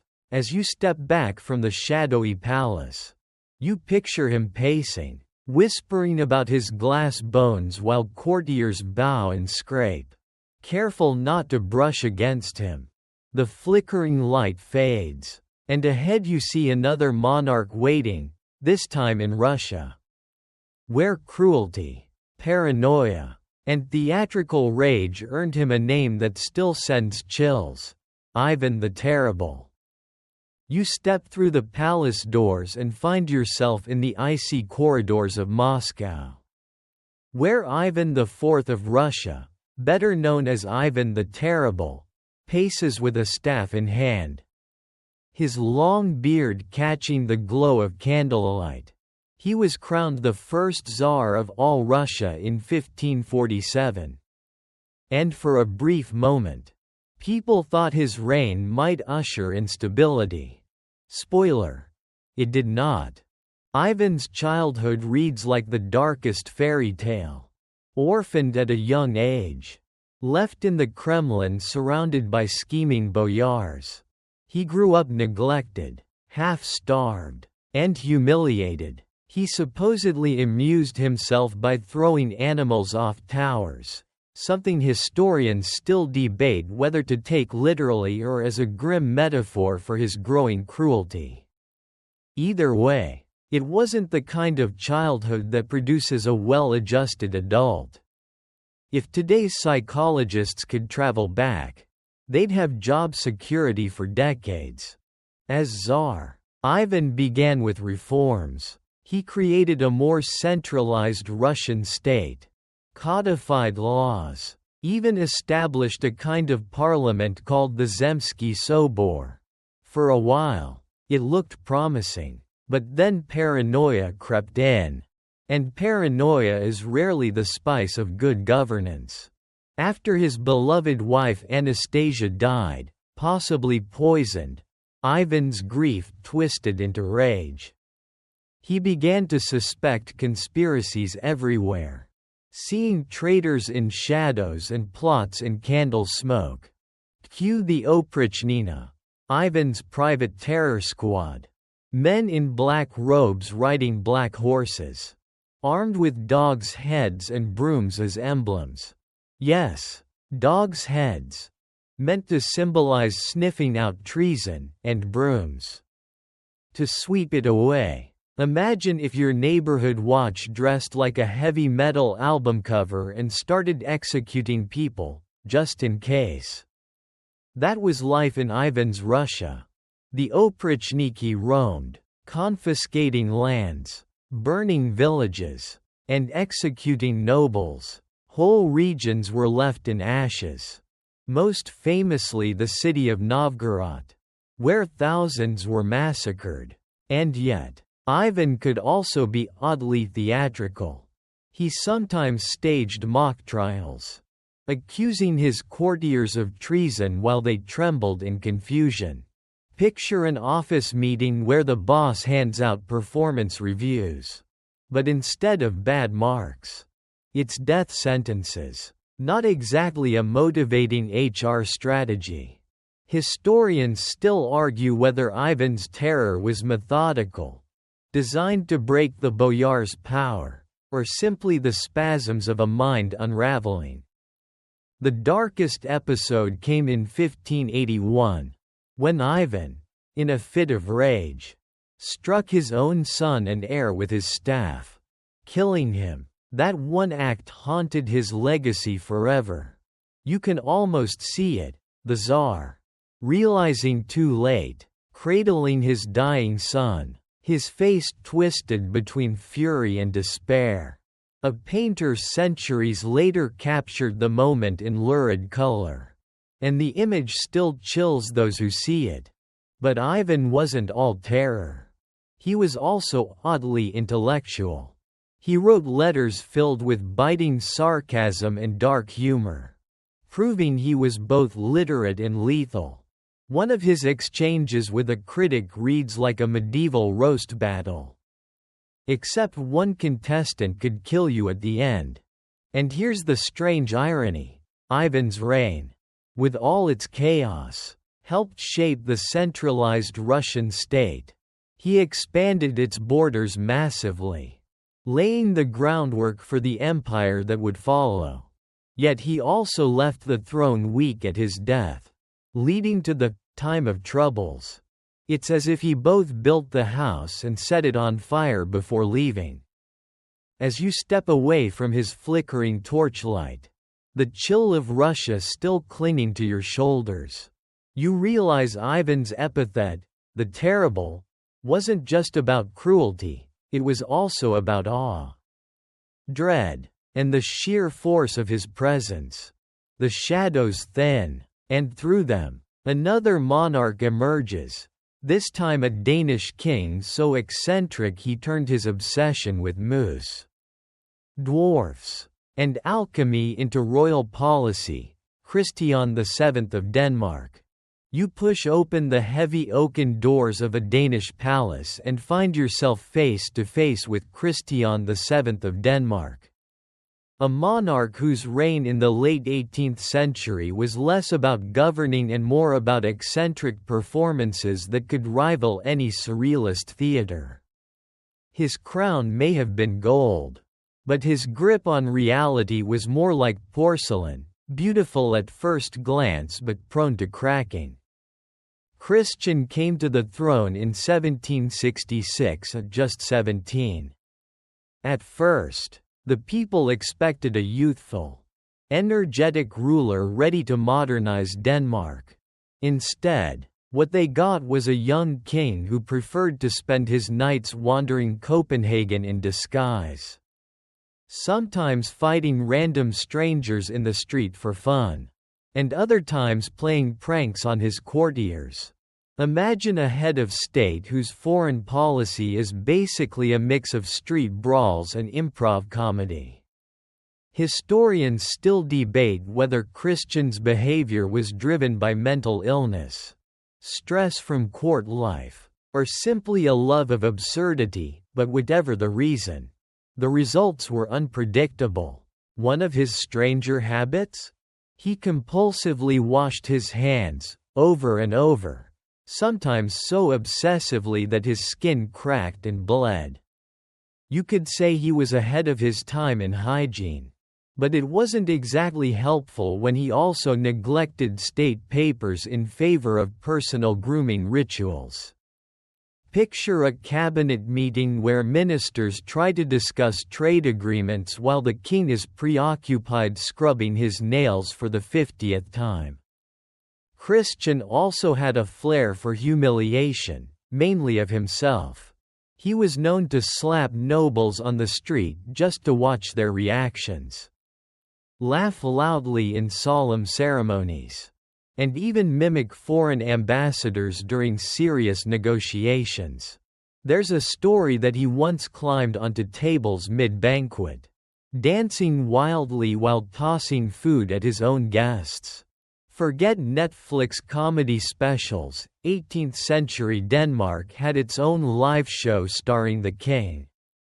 But beneath the humor lay tragedy. Christian's erratic behavior meant others took control of the kingdom. His physician, Johann Friedrich Struensee, became the real power behind the throne. Struensee introduced sweeping reforms, abolishing torture, expanding freedom of the press, and modernizing the government. Denmark briefly entered a golden age of Enlightenment thought, all while Christian was distracted by his odd obsessions. You can imagine the ministers whispering, "Long live the doctor," while the king hummed to himself in the corner. Of course, court politics being what they were, this arrangement didn't last. Struensee fell from power in a coup, executed for overstepping his role. Christian, meanwhile, slipped further into decline. He lived on for decades, increasingly sidelined, more a symbolic king than a real ruler. The man once seen dancing on tables became a shadow behind palace walls. Cared for but rarely consulted. The irony is striking. The king who refused to govern ushered in one of the most progressive bursts of reform in Danish history, just not by his own hand. Historians still argue whether Christian should be remembered as a tragic puppet or as an unintentional catalyst for progress. Perhaps he was both. A king whose eccentricities allowed space for change. Though he barely knew it himself. As you leave his flickering candlelit chambers, you hear the faint strains of laughter. A reminder of a monarch who never quite let go of the stage. And ahead, in the shadows of Scotland, rises the stern figure of King James VI of Scotland, later James I of England, a king both brilliant and bizarre. With obsessions ranging from witch hunts to elaborate poetry. You wander into the misty glens of Scotland, where the wind hums against the heather, and soon you find yourself standing at the court of James VI of Scotland, who later styled himself as James I of England. His reign united crowns, expanded literature, and left a stamp on history, but his eccentricities could fill a gossip column all their own. James fancied himself a scholar king.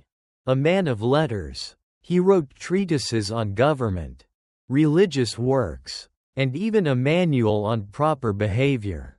But the text he's most infamous for? Demonology, his full-throated defense of witch-hunting.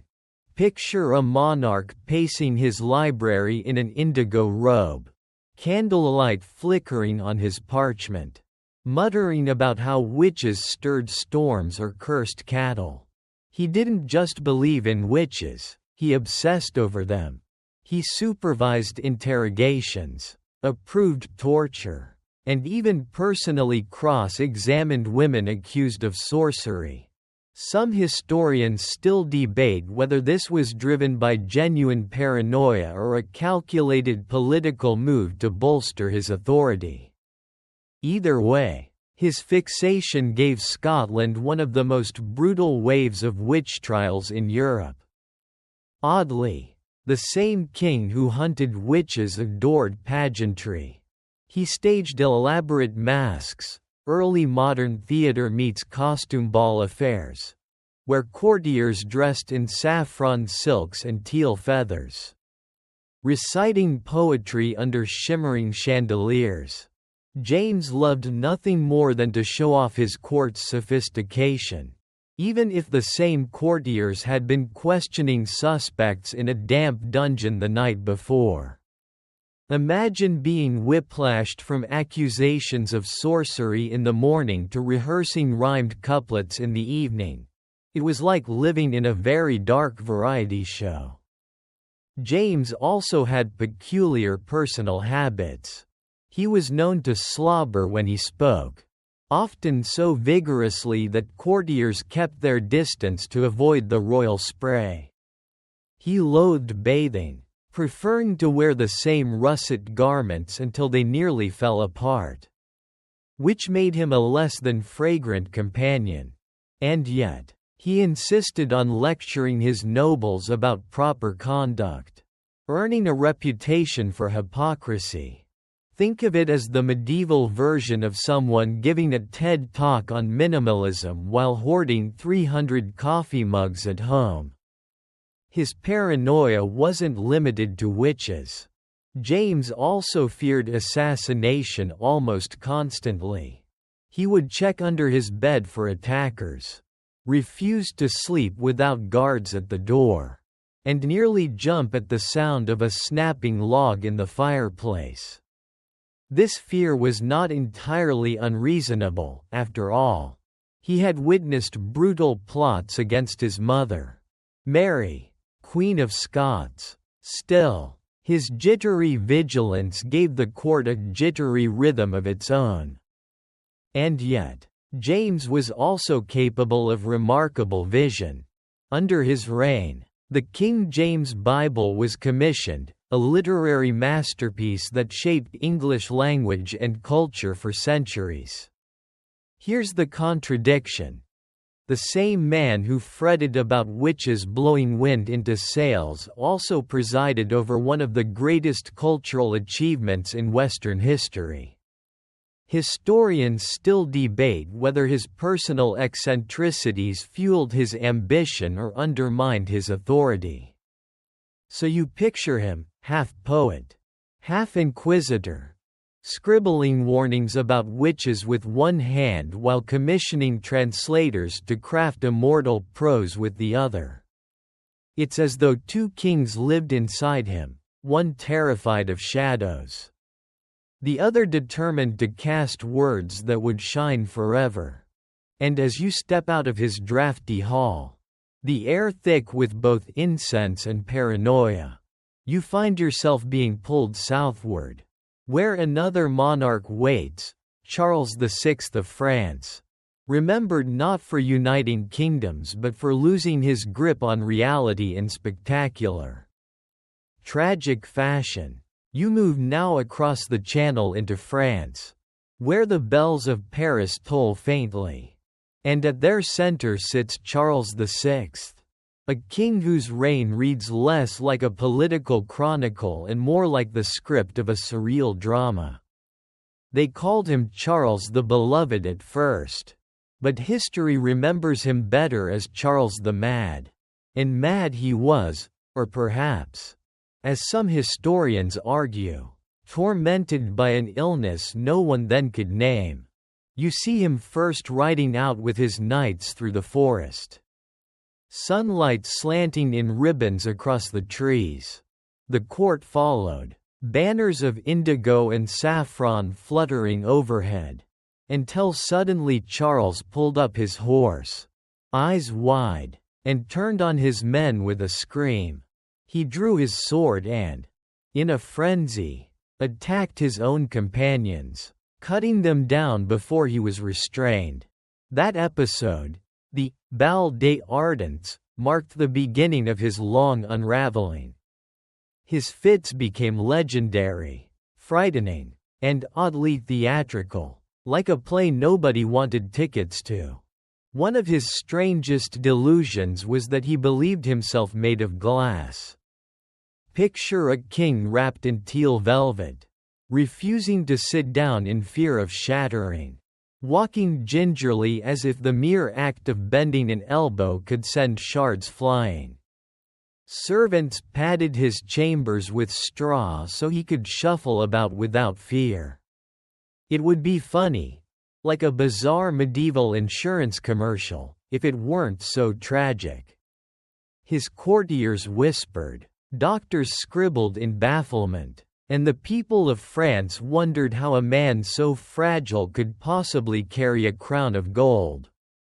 And yet, amid the madness, he could still sign treaties, hold banquets, and even surprise his advisors with brief flashes of clarity. His illness waxed and waned, like the phases of the moon. Some days he was a king. Other days he was a frightened man convinced he was about to splinter into 1,000 pieces. Historians still debate whether his condition was schizophrenia, bipolar disorder, or something else entirely. Proof, if you like, that medieval diagnoses were about as helpful as using a horoscope to fix a broken ankle.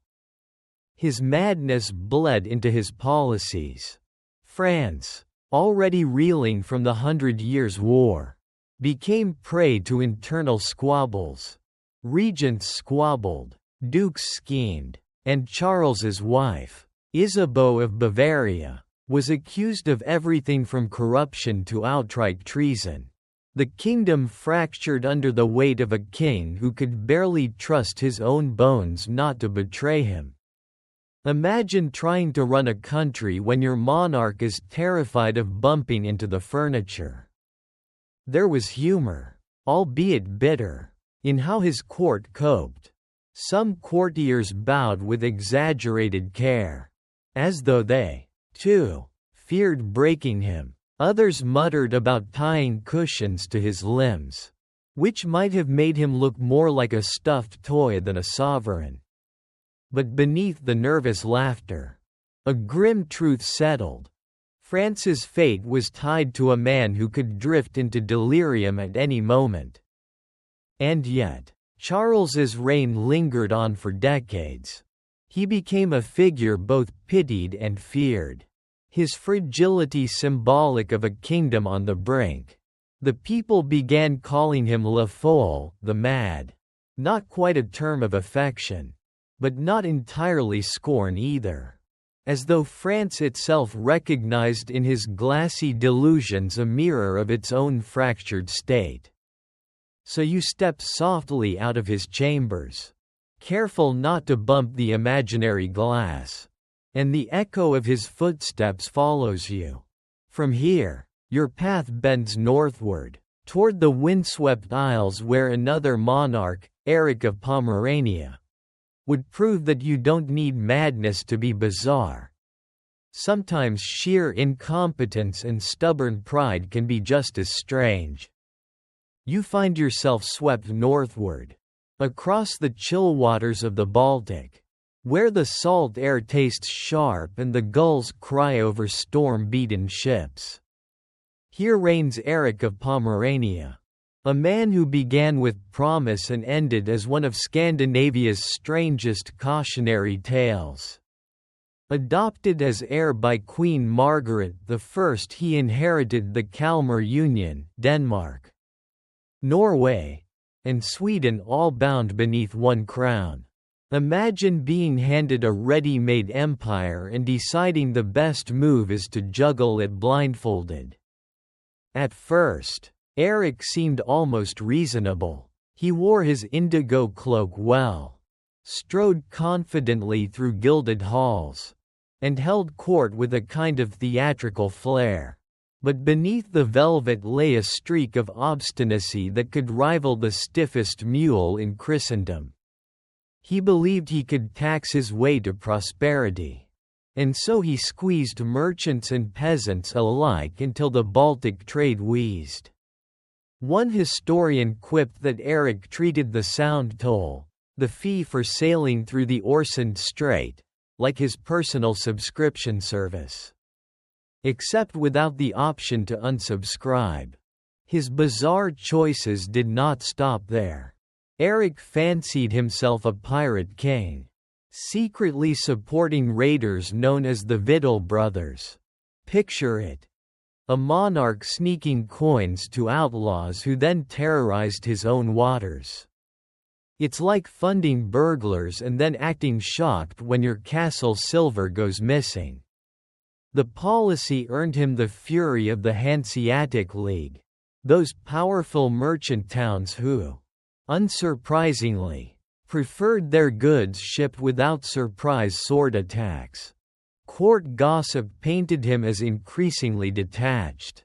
He would vanish for months, sailing from fortress to fortress, brooding like a medieval Batman, though without the gadgets. Just a suspiciously large treasury bill. Some said he grew paranoid, convinced everyone was scheming against him. Others whispered that he simply preferred the sea to the tiresome demands of ruling 3 kingdoms. There were flashes of the absurd. In one famous episode, Eric declared a grand tournament to prove his might, only to cancel it at the last minute because, as rumor had it, he feared the knights would mock him. Imagine planning a huge medieval Comic-Con and then shutting it down because you thought the cosplayers wouldn't like your outfit. The people were not amused.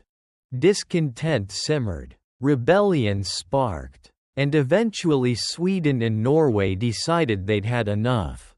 By 1439, Eric was deposed, fleeing with what wealth he could carry. He set up shop on the island of Gotland, where he effectively lived out his days as a glorified pirate chief, collecting tolls and dabbling in raids. A king-turned-buccaneer. It sounds romantic until you picture him sulking in a drafty fortress, counting coins and reminiscing about crowns that once fit his head. Historians still debate whether Eric was more villain, fool, or visionary who simply lacked restraint. Perhaps he was all three, wrapped in saffron-hued pride and teal-tinted folly. What is certain is that he left the Kalmar Union fractured and his reputation as slippery as the fish in the Baltic markets. And so, you step away from Gotland's windy cliffs, leaving Eric to his pirate dreams, and drift southward once more, toward Italy, where another monarch, Joanna I of Naples, would prove that even in the sun-drenched courts of the Mediterranean, the crown could weigh strangely, and the scandals could outshine the sea itself.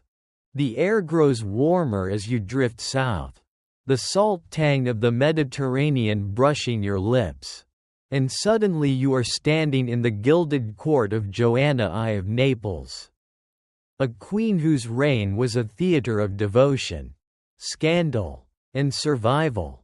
Draped in saffron silk and russet velvet, she radiates both grace and a touch of danger, the kind of ruler who could turn a blessing into a curse with a smile. Her life reads less like a chronicle and more like an opera, full of soaring arias and backstage whispers. From the start, her throne was no secure seat. Inheriting Naples in the mid-14th century, Joanna faced jealous nobles, ambitious relatives, and meddling popes who considered her realm a pawn in their games. Yet she proved herself shrewd, wielding charm as deftly as a sword. Imagine her sitting in her candlelit chamber, teal veil framing her face, dictating letters to Rome with the calm assurance of someone playing chess 3 moves ahead. But then came the drama of her first husband, Andrew of Hungary, young, awkward, and thrust into Neapolitan politics. He quickly became a liability. One night in 1345, Andrew was strangled in his bedchamber during a hunting trip. The whispers spread like wildfire. Had Joanna plotted his death? Some claimed she orchestrated the murder to free herself from his clumsy rule. Others believed the nobles acted alone, desperate to keep Naples independent of Hungary's heavy hand. Historians still debate whether Joanna's hands were clean or stained that night. But her reputation never recovered. The Pope summoned her to Avignon to answer charges. Picture her entering the papal court, saffron gown trailing, chin raised, every eye watching for guilt. She defended herself brilliantly, citing law, politics, and even divine will. Against all odds, she was acquitted. It's the medieval equivalent of beating a high-profile trial on technicalities while the tabloids screamed murder on their front pages. Yet her troubles multiplied. The Hungarians invaded, seeking revenge. Rivals contested her rule, and for decades Naples trembled under siege, rebellion, and shifting alliances. Through it all, Joanna married again, multiple times. In fact, each union a political maneuver rather than a romance. You could say she treated husbands like seasonal fashion, useful while in style, quickly replaced when they no longer matched the decor. Still, she wasn't without compassion. Joanna was known for her patronage of churches, hospitals, and scholars. She opened her palace to poets and jurists, turning Naples into a hub of culture. There's a strange duality in her story. Accused murderess on one hand, generous patroness on the other. Picture her blessing a monastery with one hand while scribes in another hall whispered rumors about Andrew's fate. The absurdities never left her court. A satirical poem of the time joked that Joanna changed husbands as often as the seasons changed fruits in Naples markets. And there's the legend that when one of her later spouses annoyed her too much, she simply stopped inviting him to meals until he slunk away in embarrassment. It may be apocryphal, but the image of a sidelined royal husband pouting in the corner while Joanna dines with ambassadors is deliciously comic. Her reign lasted decades, longer than most of her rivals ever imagined. But in the end, the controversies caught up. Declaring support for a rival pope during the Great Schism earned her enemies too powerful to ignore. She was eventually captured by Charles of Durazzo, her cousin, no less, who ordered her strangled in 1382. Ironically, she died in the same manner her first husband had, as if history had rehearsed its lines too perfectly. To this day, historians argue, was Joanna a cold-blooded conspirator or a victim of misogyny? Condemned for surviving in a man's world? Perhaps both. Perhaps neither. What is certain is that her story proves how a crown could glitter with both sanctity and sin. How a queen could be both nurturer and nemesis. And so, you step away from Naples' golden halls, leaving Joanna's echoes behind. The Mediterranean breeze shifts again, carrying you eastward toward the rugged Balkans, where a man with a taste for the macabre, Vlad the Impaler, awaits. Sharpening stakes as though preparing a feast no guest would ever want to attend. The sea winds stiffen, turning colder, and soon you find yourself trudging into the shadowy forests of Wallachia. Here, in the 15th century, lived Vlad III, better known as Vlad the Impaler, a man whose reputation still makes spines tingle. And not just because of the sharpened stakes.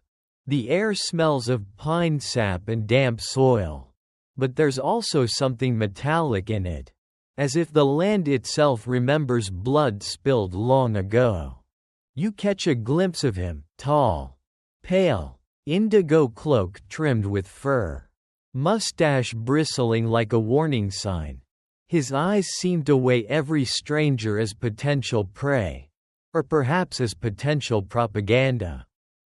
Vlad had one singular obsession: control. And his favorite method? Impalement. Wooden stakes sharpened, bodies lifted like grotesque banners. It was both punishment and performance. A show staged for enemies and citizens alike. Historians still debate whether the sheer numbers reported, tens of thousands, were exaggerated by his enemies, or whether Vlad really kept the timber industry booming single-handedly. But here's the bizarre twist. While he's remembered in the West as a monster, many Romanians hailed him as a hero. Why? Because he resisted the Ottoman Empire with ruthless determination, keeping his land independent while others fell. To his people, the stakes weren't just torture devices, they were a fence of fear protecting Wallachia. Imagine your landlord scaring off burglars by pinning warning signs to the door. Except in Vlad's case, the signs were, well, decidedly less family-friendly. Absurdities pepper his legend too. There's the tale of how he once invited rival nobles to a banquet, listened patiently to their complaints, then had them all executed on the spot. One version even claims he made some of them build a fortress while impaled. Which sounds logistically impossible but definitely makes for a chilling visual. Picture a medieval, team-building retreat. Except no one survives the icebreaker round. And then there's the dining habits. Chroniclers whisper that Vlad sometimes ate meals while watching impalements outside his window, seasoning his bread with the cries of the condemned. Whether true or embellished, it paints an unforgettable image, a ruler mixing supper with spectacle. As if the line between governance and horror theater had dissolved completely. Stranger still is the fact that some sources describe him as deeply pious, fasting and praying fervently when not orchestrating mass terror. Can you imagine the whiplash? One day leading prayers in saffron robes.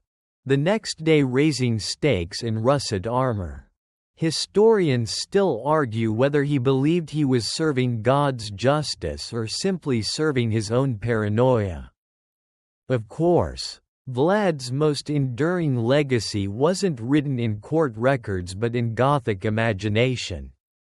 Centuries later, Bram Stoker borrowed his name and birthplace to conjure Count Dracula, forever blending history with horror fiction. Vlad never drank blood, but the association stuck, like a particularly persistent vampire bite. You step deeper into the forest, hearing the crunch of frost beneath your boots, sensing how the silence itself feels staged, as though Vlad arranged the stillness to unsettle you. Around you, owls hoot like mournful witnesses. And though you know this is long past, there's a strange unease, as if any tree might still be hiding one of his infamous warnings. With a shiver, you turn east once more, leaving behind Vlad's stakes, and drift toward England's misty hills, where a different kind of bizarre king awaits, one who preferred feasts and laughter to terror, yet whose appetite for spectacle nearly toppled his throne, King Henry VIII. A monarch whose 6 wives are just the beginning of his peculiar legend. The fog of Wallachia thins, and soon you're stepping into the misty green fields of England, where the air is heavier not with blood, but with gossip, and standing at the center of it all is King Henry VIII. The monarch with more wives than most people have serious hobbies. His figure is unmistakable, broad, dressed in saffron and indigo silks, jewels glittering in his hat. A man who looked less like a ruler and more like the final boss of a medieval feast. Henry's reign is remembered for his 6 marriages, each one a blend of romance, politics, and very poor exit strategies. You hear the echo of that famous rhyme, divorced, beheaded, died, divorced, beheaded, survived. It's like the world's worst wedding planner wrote it. You picture him pacing his palace halls, muttering about heirs, while courtiers tiptoe nervously around the topic of his temper, because when Henry was in a bad mood, people tended to lose their heads. Quite literally. Historians still debate whether he was truly desperate for a male heir or simply addicted to the drama of new beginnings. And yet, the man wasn't just about wives. His bizarre appetite stretched into every corner of life. His meals were monumental, piles of venison, swans, and entire roasted boars. You imagine him chomping down with grease on his beard, while musicians played lute songs to distract guests from the sheer noise of it. One chronicler claimed Henry consumed up to 5,000 calories a day. To put it in modern terms, that's like binging a month of fast food in one sitting. No wonder his later portraits show him as more beryl than man. But here's the twist: despite his excesses, Henry was also deeply vain. He loved jousting, hunting, and parading as the ultimate Renaissance man. Even when his legs gave out from ulcers, he had special devices built to hoist him onto horses so he could pretend nothing was wrong. Imagine insisting you're still athletic while a team of servants is basically forklift driving you into the saddle. Historians still argue whether these accounts were exaggerated by enemies or accurate depictions of a king refusing to admit defeat to gravity. Perhaps the strangest contradiction of all was his role as both defender and destroyer of faith. Early in his reign, Henry won the title, Defender of the Faith, from the Pope for writing against Martin Luther. A few years later, he broke from the Catholic Church entirely, creating the Church of England because the Pope wouldn't approve his divorce. Talk about changing teams mid-game. You can almost hear him justifying it with, "It's not me. It's you," while Rome sighed and updated the breakup scrolls. The absurdities continue. Henry adored music and wrote compositions, though most sounded like parodies of grand anthems.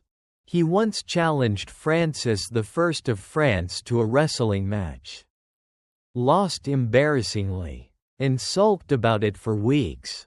Court gossip whispered about his obsession with astrology, his paranoia about prophecy, and even his fondness for elaborate disguises at masquerade balls.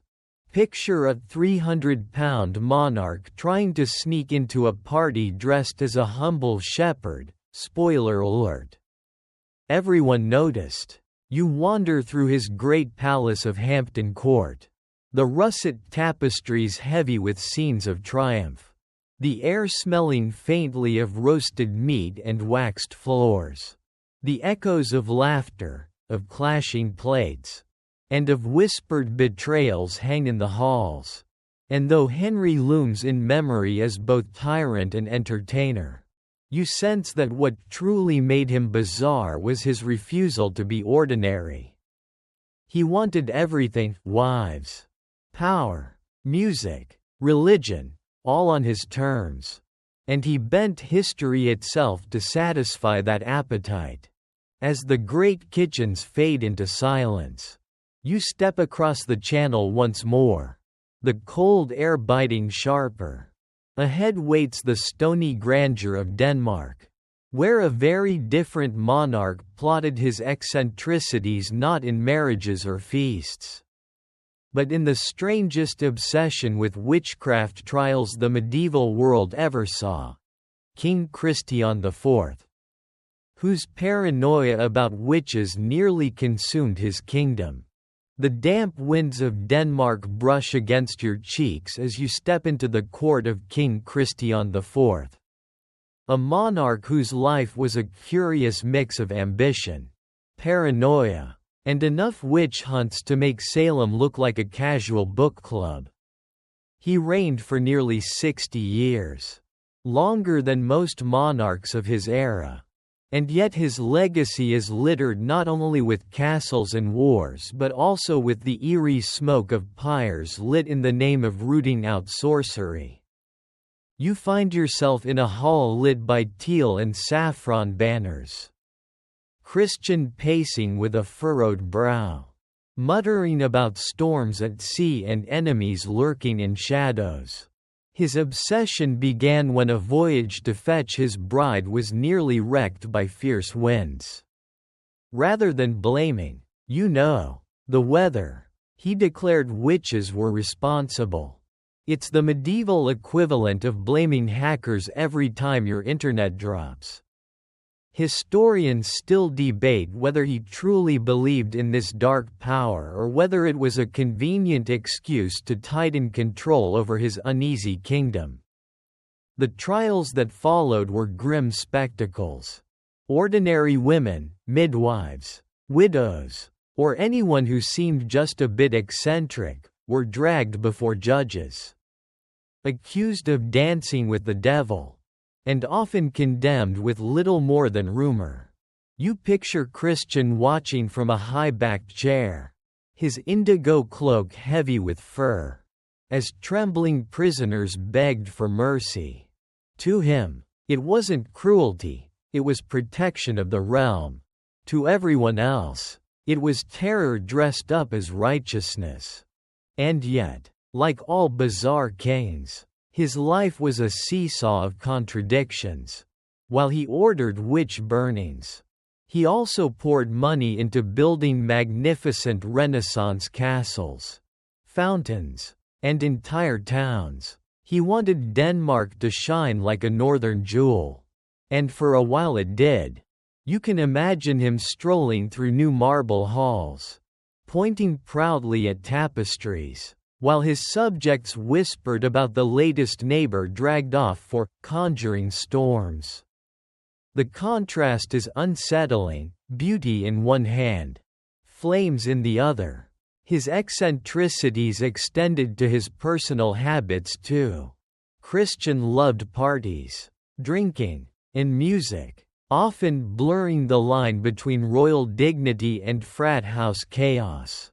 There are tales of him carousing with commoners, collapsing in laughter, then pivoting the next day to order more witch trials.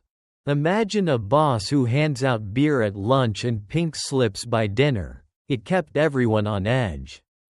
Some historians suggest his heavy drinking worsened his paranoia, feeding the cycle of fear. But beneath it all was an earnest desire to be remembered. Christian fought costly wars against Sweden and the Holy Roman Empire, often with disastrous results. Yet he pressed on, convinced his destiny was to carve Denmark's name into the great ledger of history. Instead, he left behind debts, ruins, and the scars of suspicion. His witch hunts alone claimed hundreds of lives, a legacy that still haunts the memory of his reign. You wander out of his great hall, past frescoes of saints and warriors, into a courtyard where the smell of smoke still lingers. Even centuries later in imagination, the flicker of torchlight casts long shadows, and you can almost hear the whispers of accused voices swallowed by fire. It's unsettling, yes, but it reminds you that kings, in their strangeness, often mirror the fears of their times. Christian IV's paranoia was both personal and political, stitched into the fabric of an anxious kingdom. And as the night deepens, you turn southward again, toward the warm sun of Spain. Here, another monarch waits, not haunted by witches but consumed by his own twisted family tree. Charles II of Spain, the bewitched king, whose body carried the burden of centuries of royal inbreeding, and whose reign remains one of the strangest spectacles in Europe's medieval twilight. The heavy oak doors creak open, and you step into the dimly lit chambers of Charles II of Spain, a monarch whose very existence seemed like a cruel trick played by history. Known to his contemporaries as El Hechizado, the Bewitched, Charles was less a ruler and more a tragic emblem of the Habsburg dynasty's obsession with keeping everything in the family. After generations of marriages between uncles and nieces, cousins and cousins, the poor man was born with a body that carried more tangled branches than a badly coated family tree. You pause in the candlelight, and your eyes adjust to see him, a young man with sunken cheeks, jaw-jutting in that infamous Habsburg style, and eyes that seemed to flicker between alertness and vacancy. His speech was often slow, his movements halting, his body frail. Whispers filled his court that sorcery, not genetics, was to blame. And in a sense, the nickname, Bewitched, stuck because people couldn't imagine that sheer biology could create so many ailments in one body. You almost want to pat history on the shoulder and say, "Nope, no curses here, just really poor marriage planning." Charles became king at only 4 years old, and even as he grew, he never escaped the grip of his mother, Mariana of Austria, who ruled as regent. You can picture him shuffling into court in saffron robes that hung awkwardly on his thin frame, trying to command respect while courtiers traded glances behind his back. Historians still debate whether he ever fully understood the depth of his role, or whether he remained, in essence, a puppet guided by advisors and family intrigue. His life was a litany of tragedy mixed with dark comedy. He was married twice, both times to secure heirs. But no children ever came. Imagine the awkwardness of a kingdom sitting around waiting for good news that never arrived, like refreshing an email inbox for years and finding nothing but spam. His inability to produce an heir wasn't just a personal sorrow, it became a national crisis. The Spanish Empire, already straining under debts and wars, trembled at the thought of what would happen when Charles died without a successor. The rumors, of course, spiraled into the supernatural. Priests muttered about curses, nobles whispered of black magic, and physicians prescribed every bizarre treatment you can imagine. One report claims exorcisms were performed to lift the enchantment on him. Picture a royal court filled with incense smoke, chanting clerics, and poor Charles sitting bewildered in the center, probably just wishing someone would bring him a warm blanket and stop yelling Latin at him. Yet even in this tragic shell, there were glimmers of humanity. He adored simple pleasures, animals, music, and the occasional game that distracted him from his failing body. His presence in ceremonies was met with sympathy as much as respect. And you can almost feel the uneasy love his people had for him. They pitied him, but they also feared the instability his weakness brought. The Empire of Spain, once the golden titan of Europe, looked fragile under his reign, like a grand chandelier swaying on a frayed chain. The bizarre irony is that Charles's death in 1700 didn't just end his own troubled story. It triggered the War of the Spanish Succession, a massive European conflict over who got to inherit his sprawling empire. His frailty became the spark for one of the continent's largest struggles, proving that sometimes the strangest kings cast the longest shadows. As you leave his chamber, the air feels heavier, as if centuries of whispers about curses and sorcery still cling to the walls. The silence presses in, broken only by the sound of your own steps across the marble floor. You can't help but think that Charles II wasn't so much bizarre as he was tragic, a man more acted upon than acting. Caught in the cruel machinery of dynastic ambition. But your journey doesn't end here. You turn north again, toward the chill winds of Scandinavia, where another king waits. Unlike Charles, this ruler wasn't fragile or passive, he was fiery, reckless, and absolutely convinced he could reshape the world in his image. Eric XIV of Sweden, whose paranoia and bursts of violence made him both feared and unforgettable. The icy air of Scandinavia brushes against your face as you step into the world of Eric XIV of Sweden, a monarch whose reign reads less like a steady rule and more like a roller coaster designed by someone who forgot to install brakes. Crowned in 1560, Eric was young, ambitious, and utterly convinced that he was destined for greatness. But what began as bright promise quickly veered into chaos, paranoia, and a tragic spiral that left his courtiers constantly glancing over their shoulders. You picture him now in his indigo doublet, pacing a grand hall, eyes darting with suspicion, his fingers twitching like a man who could hear threats in the rustling of curtains. Historians still debate whether Eric's paranoia was born of genuine plots, because Sweden was no stranger to treachery, or whether it grew out of an unstable mind teetering toward madness.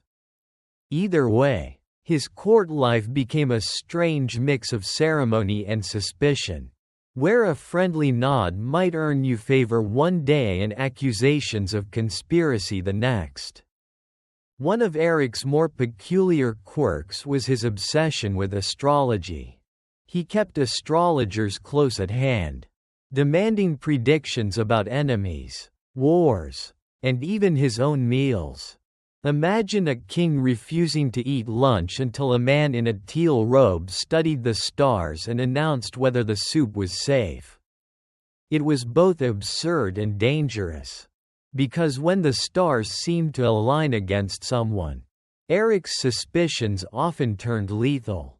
The most infamous episode of his reign came in 1567, the Sture murders. Convinced that members of the powerful Sture family were plotting against him, Eric had them arrested. At first, it was meant to be a show of power. But his paranoia boiled over. You can almost see it, the king himself, wild-eyed, storming into their prison chamber with a drawn blade, striking down nobles with his own hands. It was as if a monarch had suddenly decided to cosplay as an executioner. Only without the professionalism or restraint. Courtiers gasped, guards froze, and blood stained the cold stone floor. That day, Eric crossed a line he could never step back from. And yet, in the strangest of ways, Eric could also be tender. He wrote poetry, yes, poetry, and doted on Karin Mansdotter, the daughter of a soldier who became his queen. Their love story scandalized the nobility. How dare a king marry beneath him? But Eric's heart, it seems, didn't care. Karin was crowned alongside him. And for a brief moment, you almost want to believe Eric could find peace in her presence. Imagine a candlelit evening, the paranoid king setting aside his charts of stars to listen as Karin read softly to him. Her voice the only tether holding him to calm. But reality was less forgiving. His paranoia deepened, his violent fits grew worse. And eventually his half-brothers, most notably John, who would later become John III, decided enough was enough. Eric was deposed in 1568, imprisoned, and left to pace smaller and smaller rooms while the crown passed to steadier, if less dramatic, hands. The once proud monarch who dreamed of greatness became a prisoner in his own kingdom. His end was as bizarre as his reign. In 1577, Eric died in captivity, almost certainly poisoned with a bowl of pea soup. Yes, pea soup. Imagine the ignominy.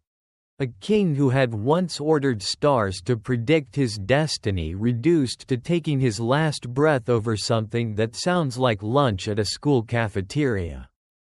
Historians still debate whether it was his captors who poisoned him or whether the story was embroidered later for dramatic effect.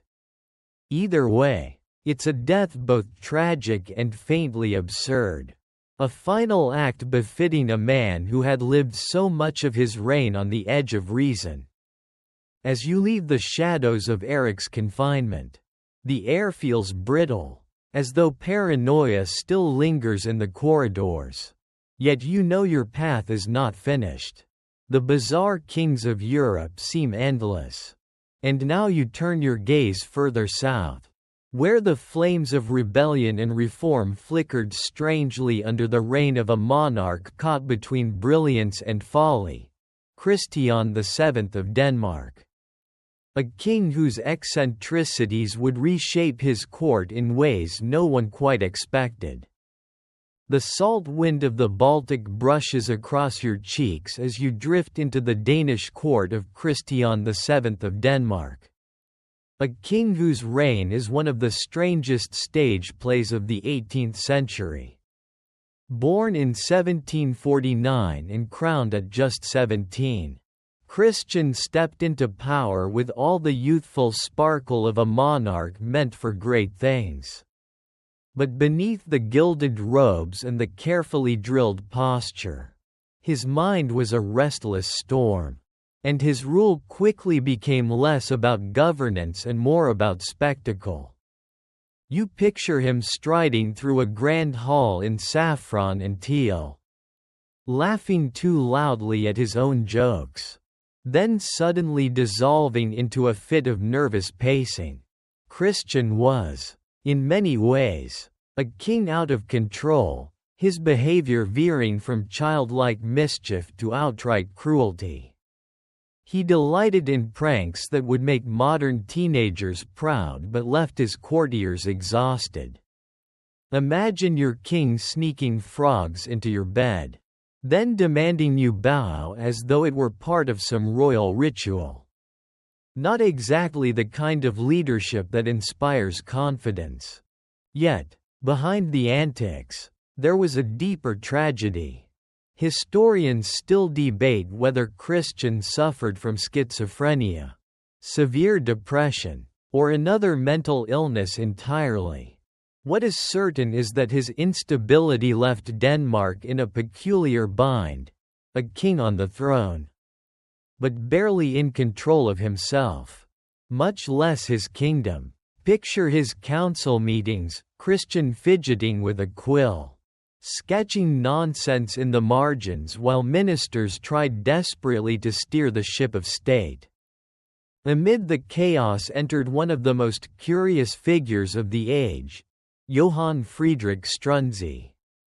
The king's physician. At first glance, Struensee was just a doctor in an indigo coat, murmuring advice about diet and calm. But soon, he became something far more: Christian's confidant, puppet master, and eventually, the effective ruler of Denmark. Struensee introduced reforms that shocked conservative nobles, abolishing torture, promoting freedom of the press, and modernizing government with Enlightenment ideas. Imagine the scene: the young king nodding eagerly as his doctor whispered, while courtiers whispered even louder about who was truly in charge. And then, the plot twisted again. Struensee's relationship with Queen Caroline Matilda, Christian's English-born wife, turned from professional alliance to passionate affair. Gossip in the palace spread faster than fire on dry parchment. You can almost hear the laughter and the gasps. A physician, a queen, and a king too distracted to notice? It was like the script of a scandalous play, performed live in the gilded halls of Copenhagen. The humor in it is almost irresistible. Imagine courtiers bowing solemnly while knowing full well that the real power lay not with the king but with the man holding his medicine bottle. Or picture Christian announcing a royal decree, only to misread it because the words blurred, then grinning proudly as if he'd invented the alphabet. Historians still debate whether Christian understood just how much of his crown had been borrowed by others, or whether he lived in blissful ignorance, happy enough with his games and his jokes. Of course, the affair and the reforms couldn't last. In 1772, a coup led by conservative nobles and Christian's stepmother toppled Struensee. He was arrested, tried, and gruesomely executed, while Queen Caroline Matilda was exiled to a lonely castle in Hanover. Christian, meanwhile, drifted further into his own fragile world. His throne preserved but his authority hollow. He remained king in name until his death in 1808. While his son, the future Frederick VI, quietly assumed real control. The tragedy of Christian VII lies not just in his eccentricities but in the way his reign revealed how fragile monarchy could be when the king himself faltered. His pranks and jokes may sound absurd now, but behind them was a life marked by suffering, manipulation, and the slow erosion of power. The palace halls still echo with the laughter of those who mocked him, and perhaps the whispers of those who pitied him too. As you leave Copenhagen's gilded but uneasy court, your journey bends once more, pulling you into the world of another ruler whose legacy rests on a tightrope between comedy and calamity. Ahead waits Joanna of Castile, remembered by history with a name both cruel and captivating, Juana la Loca, Joanna the Mad. And her story, like Christian's, asks whether madness in a monarch was an illness of the mind, or a mask others forced upon them.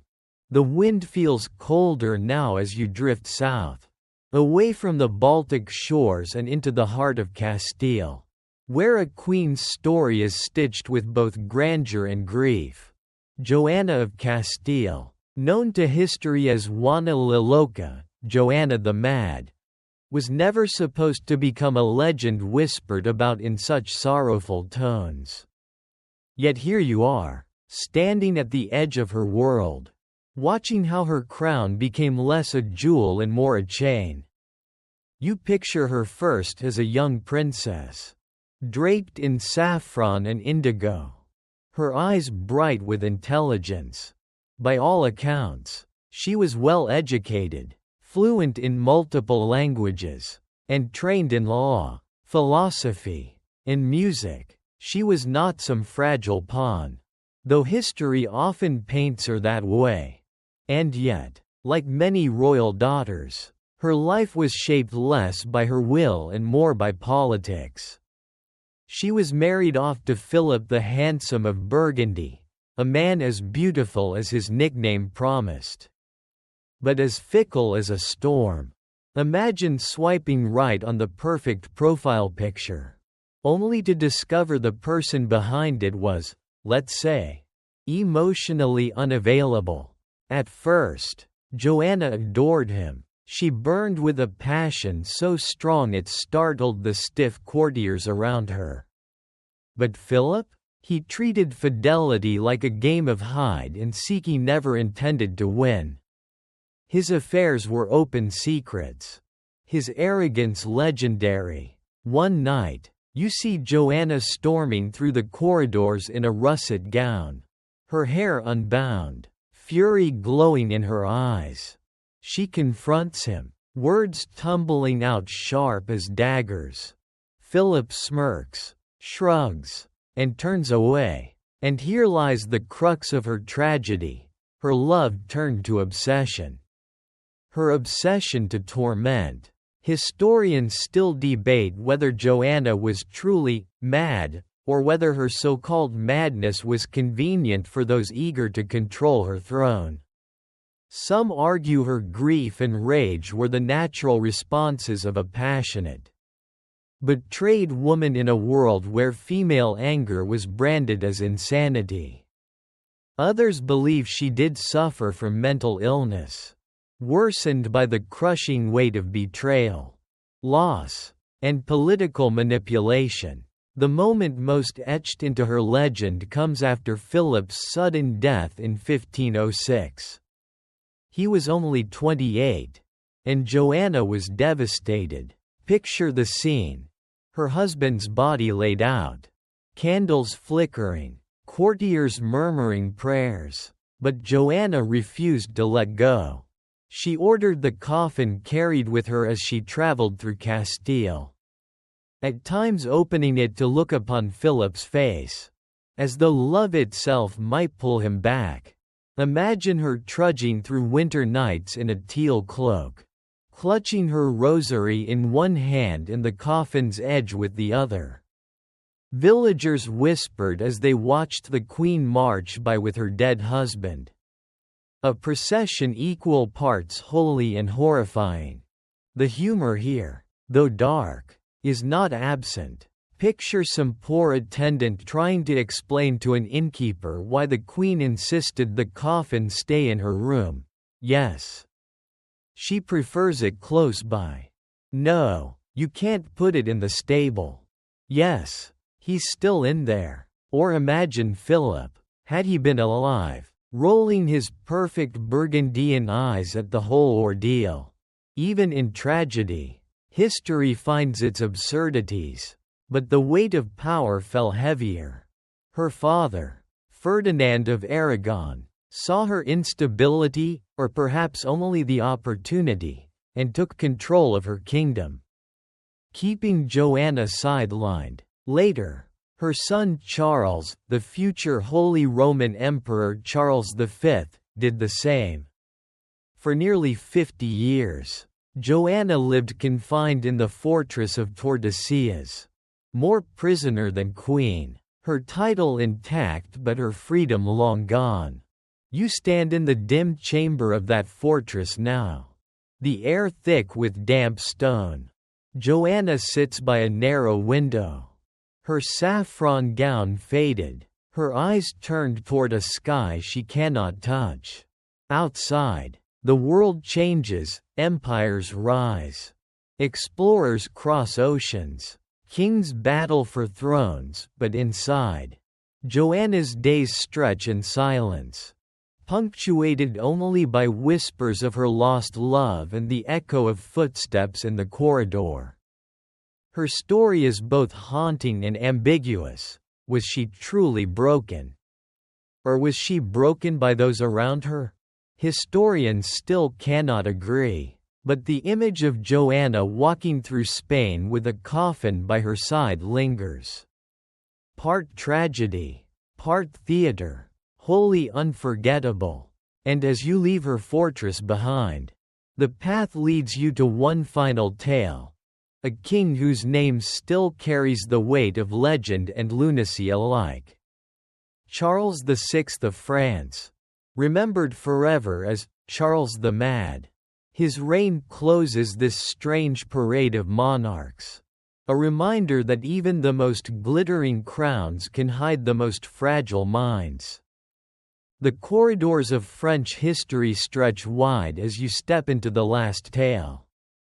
And at their center sits Charles VI of France, a king whose reign was a theater of brilliance and calamity all at once. His story begins with promise, a boy king crowned in saffron and indigo robes, hailed as Charles the Beloved for his charm, generosity, and youthful vigor. In those early days, the people adored him. He lowered taxes, handed out gifts, and made himself visible to the common folk. Imagine the medieval equivalent of a politician shaking hands at every market stall. He was the golden child who seemed destined to unite a fractured France. But destiny can be cruel. Somewhere in his 20s, Charles's mind began to crack. At first it was sudden fits, moments when he lashed out without warning. In 1392, on a summer's march, the king suddenly drew his sword and attacked his own men, convinced they were plotting against him. The forest echoed with screams as knights fled their monarch's rage. When it ended, Charles stood trembling, blood on his blade, his eyes vacant. That was the day Charles the Beloved began to earn his darker title, Charles the Mad. From then on, his life unraveled like a tapestry with loose threads. He suffered episodes where he could not remember his own name, where he believed he was made of glass, yes, glass, terrified that a single touch might shatter him into 1,000 shards. Picture a medieval king refusing to let anyone embrace him, pacing the halls wrapped in reinforced clothing, muttering about fragility. Historians still debate the cause. Was it schizophrenia, bipolar disorder, or some other condition lost in translation across centuries? The certainty is this: his mind's turmoil reshaped France. The court turned into a circus of factions. His wife, Queen Isabeau of Bavaria, maneuvered for influence while nobles squabbled like overgrown children in a sandbox. France's great families, the Armagnacs and the Burgundians, tore the kingdom apart in civil war, each claiming to protect the king while really protecting their own interests. It was as if the throne became a chair in a game of musical chairs, with everyone scrambling to sit when the music stopped. Except the music was France itself unraveling under English invasion in the 100 Years' War. And oh, the humor, sharp and dark as ever, seeps through. Imagine the courtiers forced to indulge Charles when he insisted he was not a man but a piece of brittle glass, bowing solemnly while whispering to one another. Should we bubble wrap him? Or think of the nobles loudly proclaiming loyalty while slipping knives into each other's backs. Like reality TV but with swords and fewer confessional interviews. Even in chaos, the absurdity glimmers, yet the tragedy is undeniable. You walk through his Paris, hearing both the rattle of armor and the mutter of prayers. The people caught between pity for their broken king and fury at the misery his reign prolonged. When the Treaty of Troyes was signed in 1420, disinheriting his son in favor of the English King Henry V, many said France itself had been sold out under the cover of madness. Charles lingered for 3 decades after his first breakdown, a hollow monarch in russet robes. His moments of clarity brief as candle flames in wind. He died in 1422. His people exhausted, his country fractured, and yet, even as his reign was marked by loss, there remains a strange tenderness in how some remembered him, as a man cursed by illness. More victim than villain, whose fragility mirrored the fragility of his realm.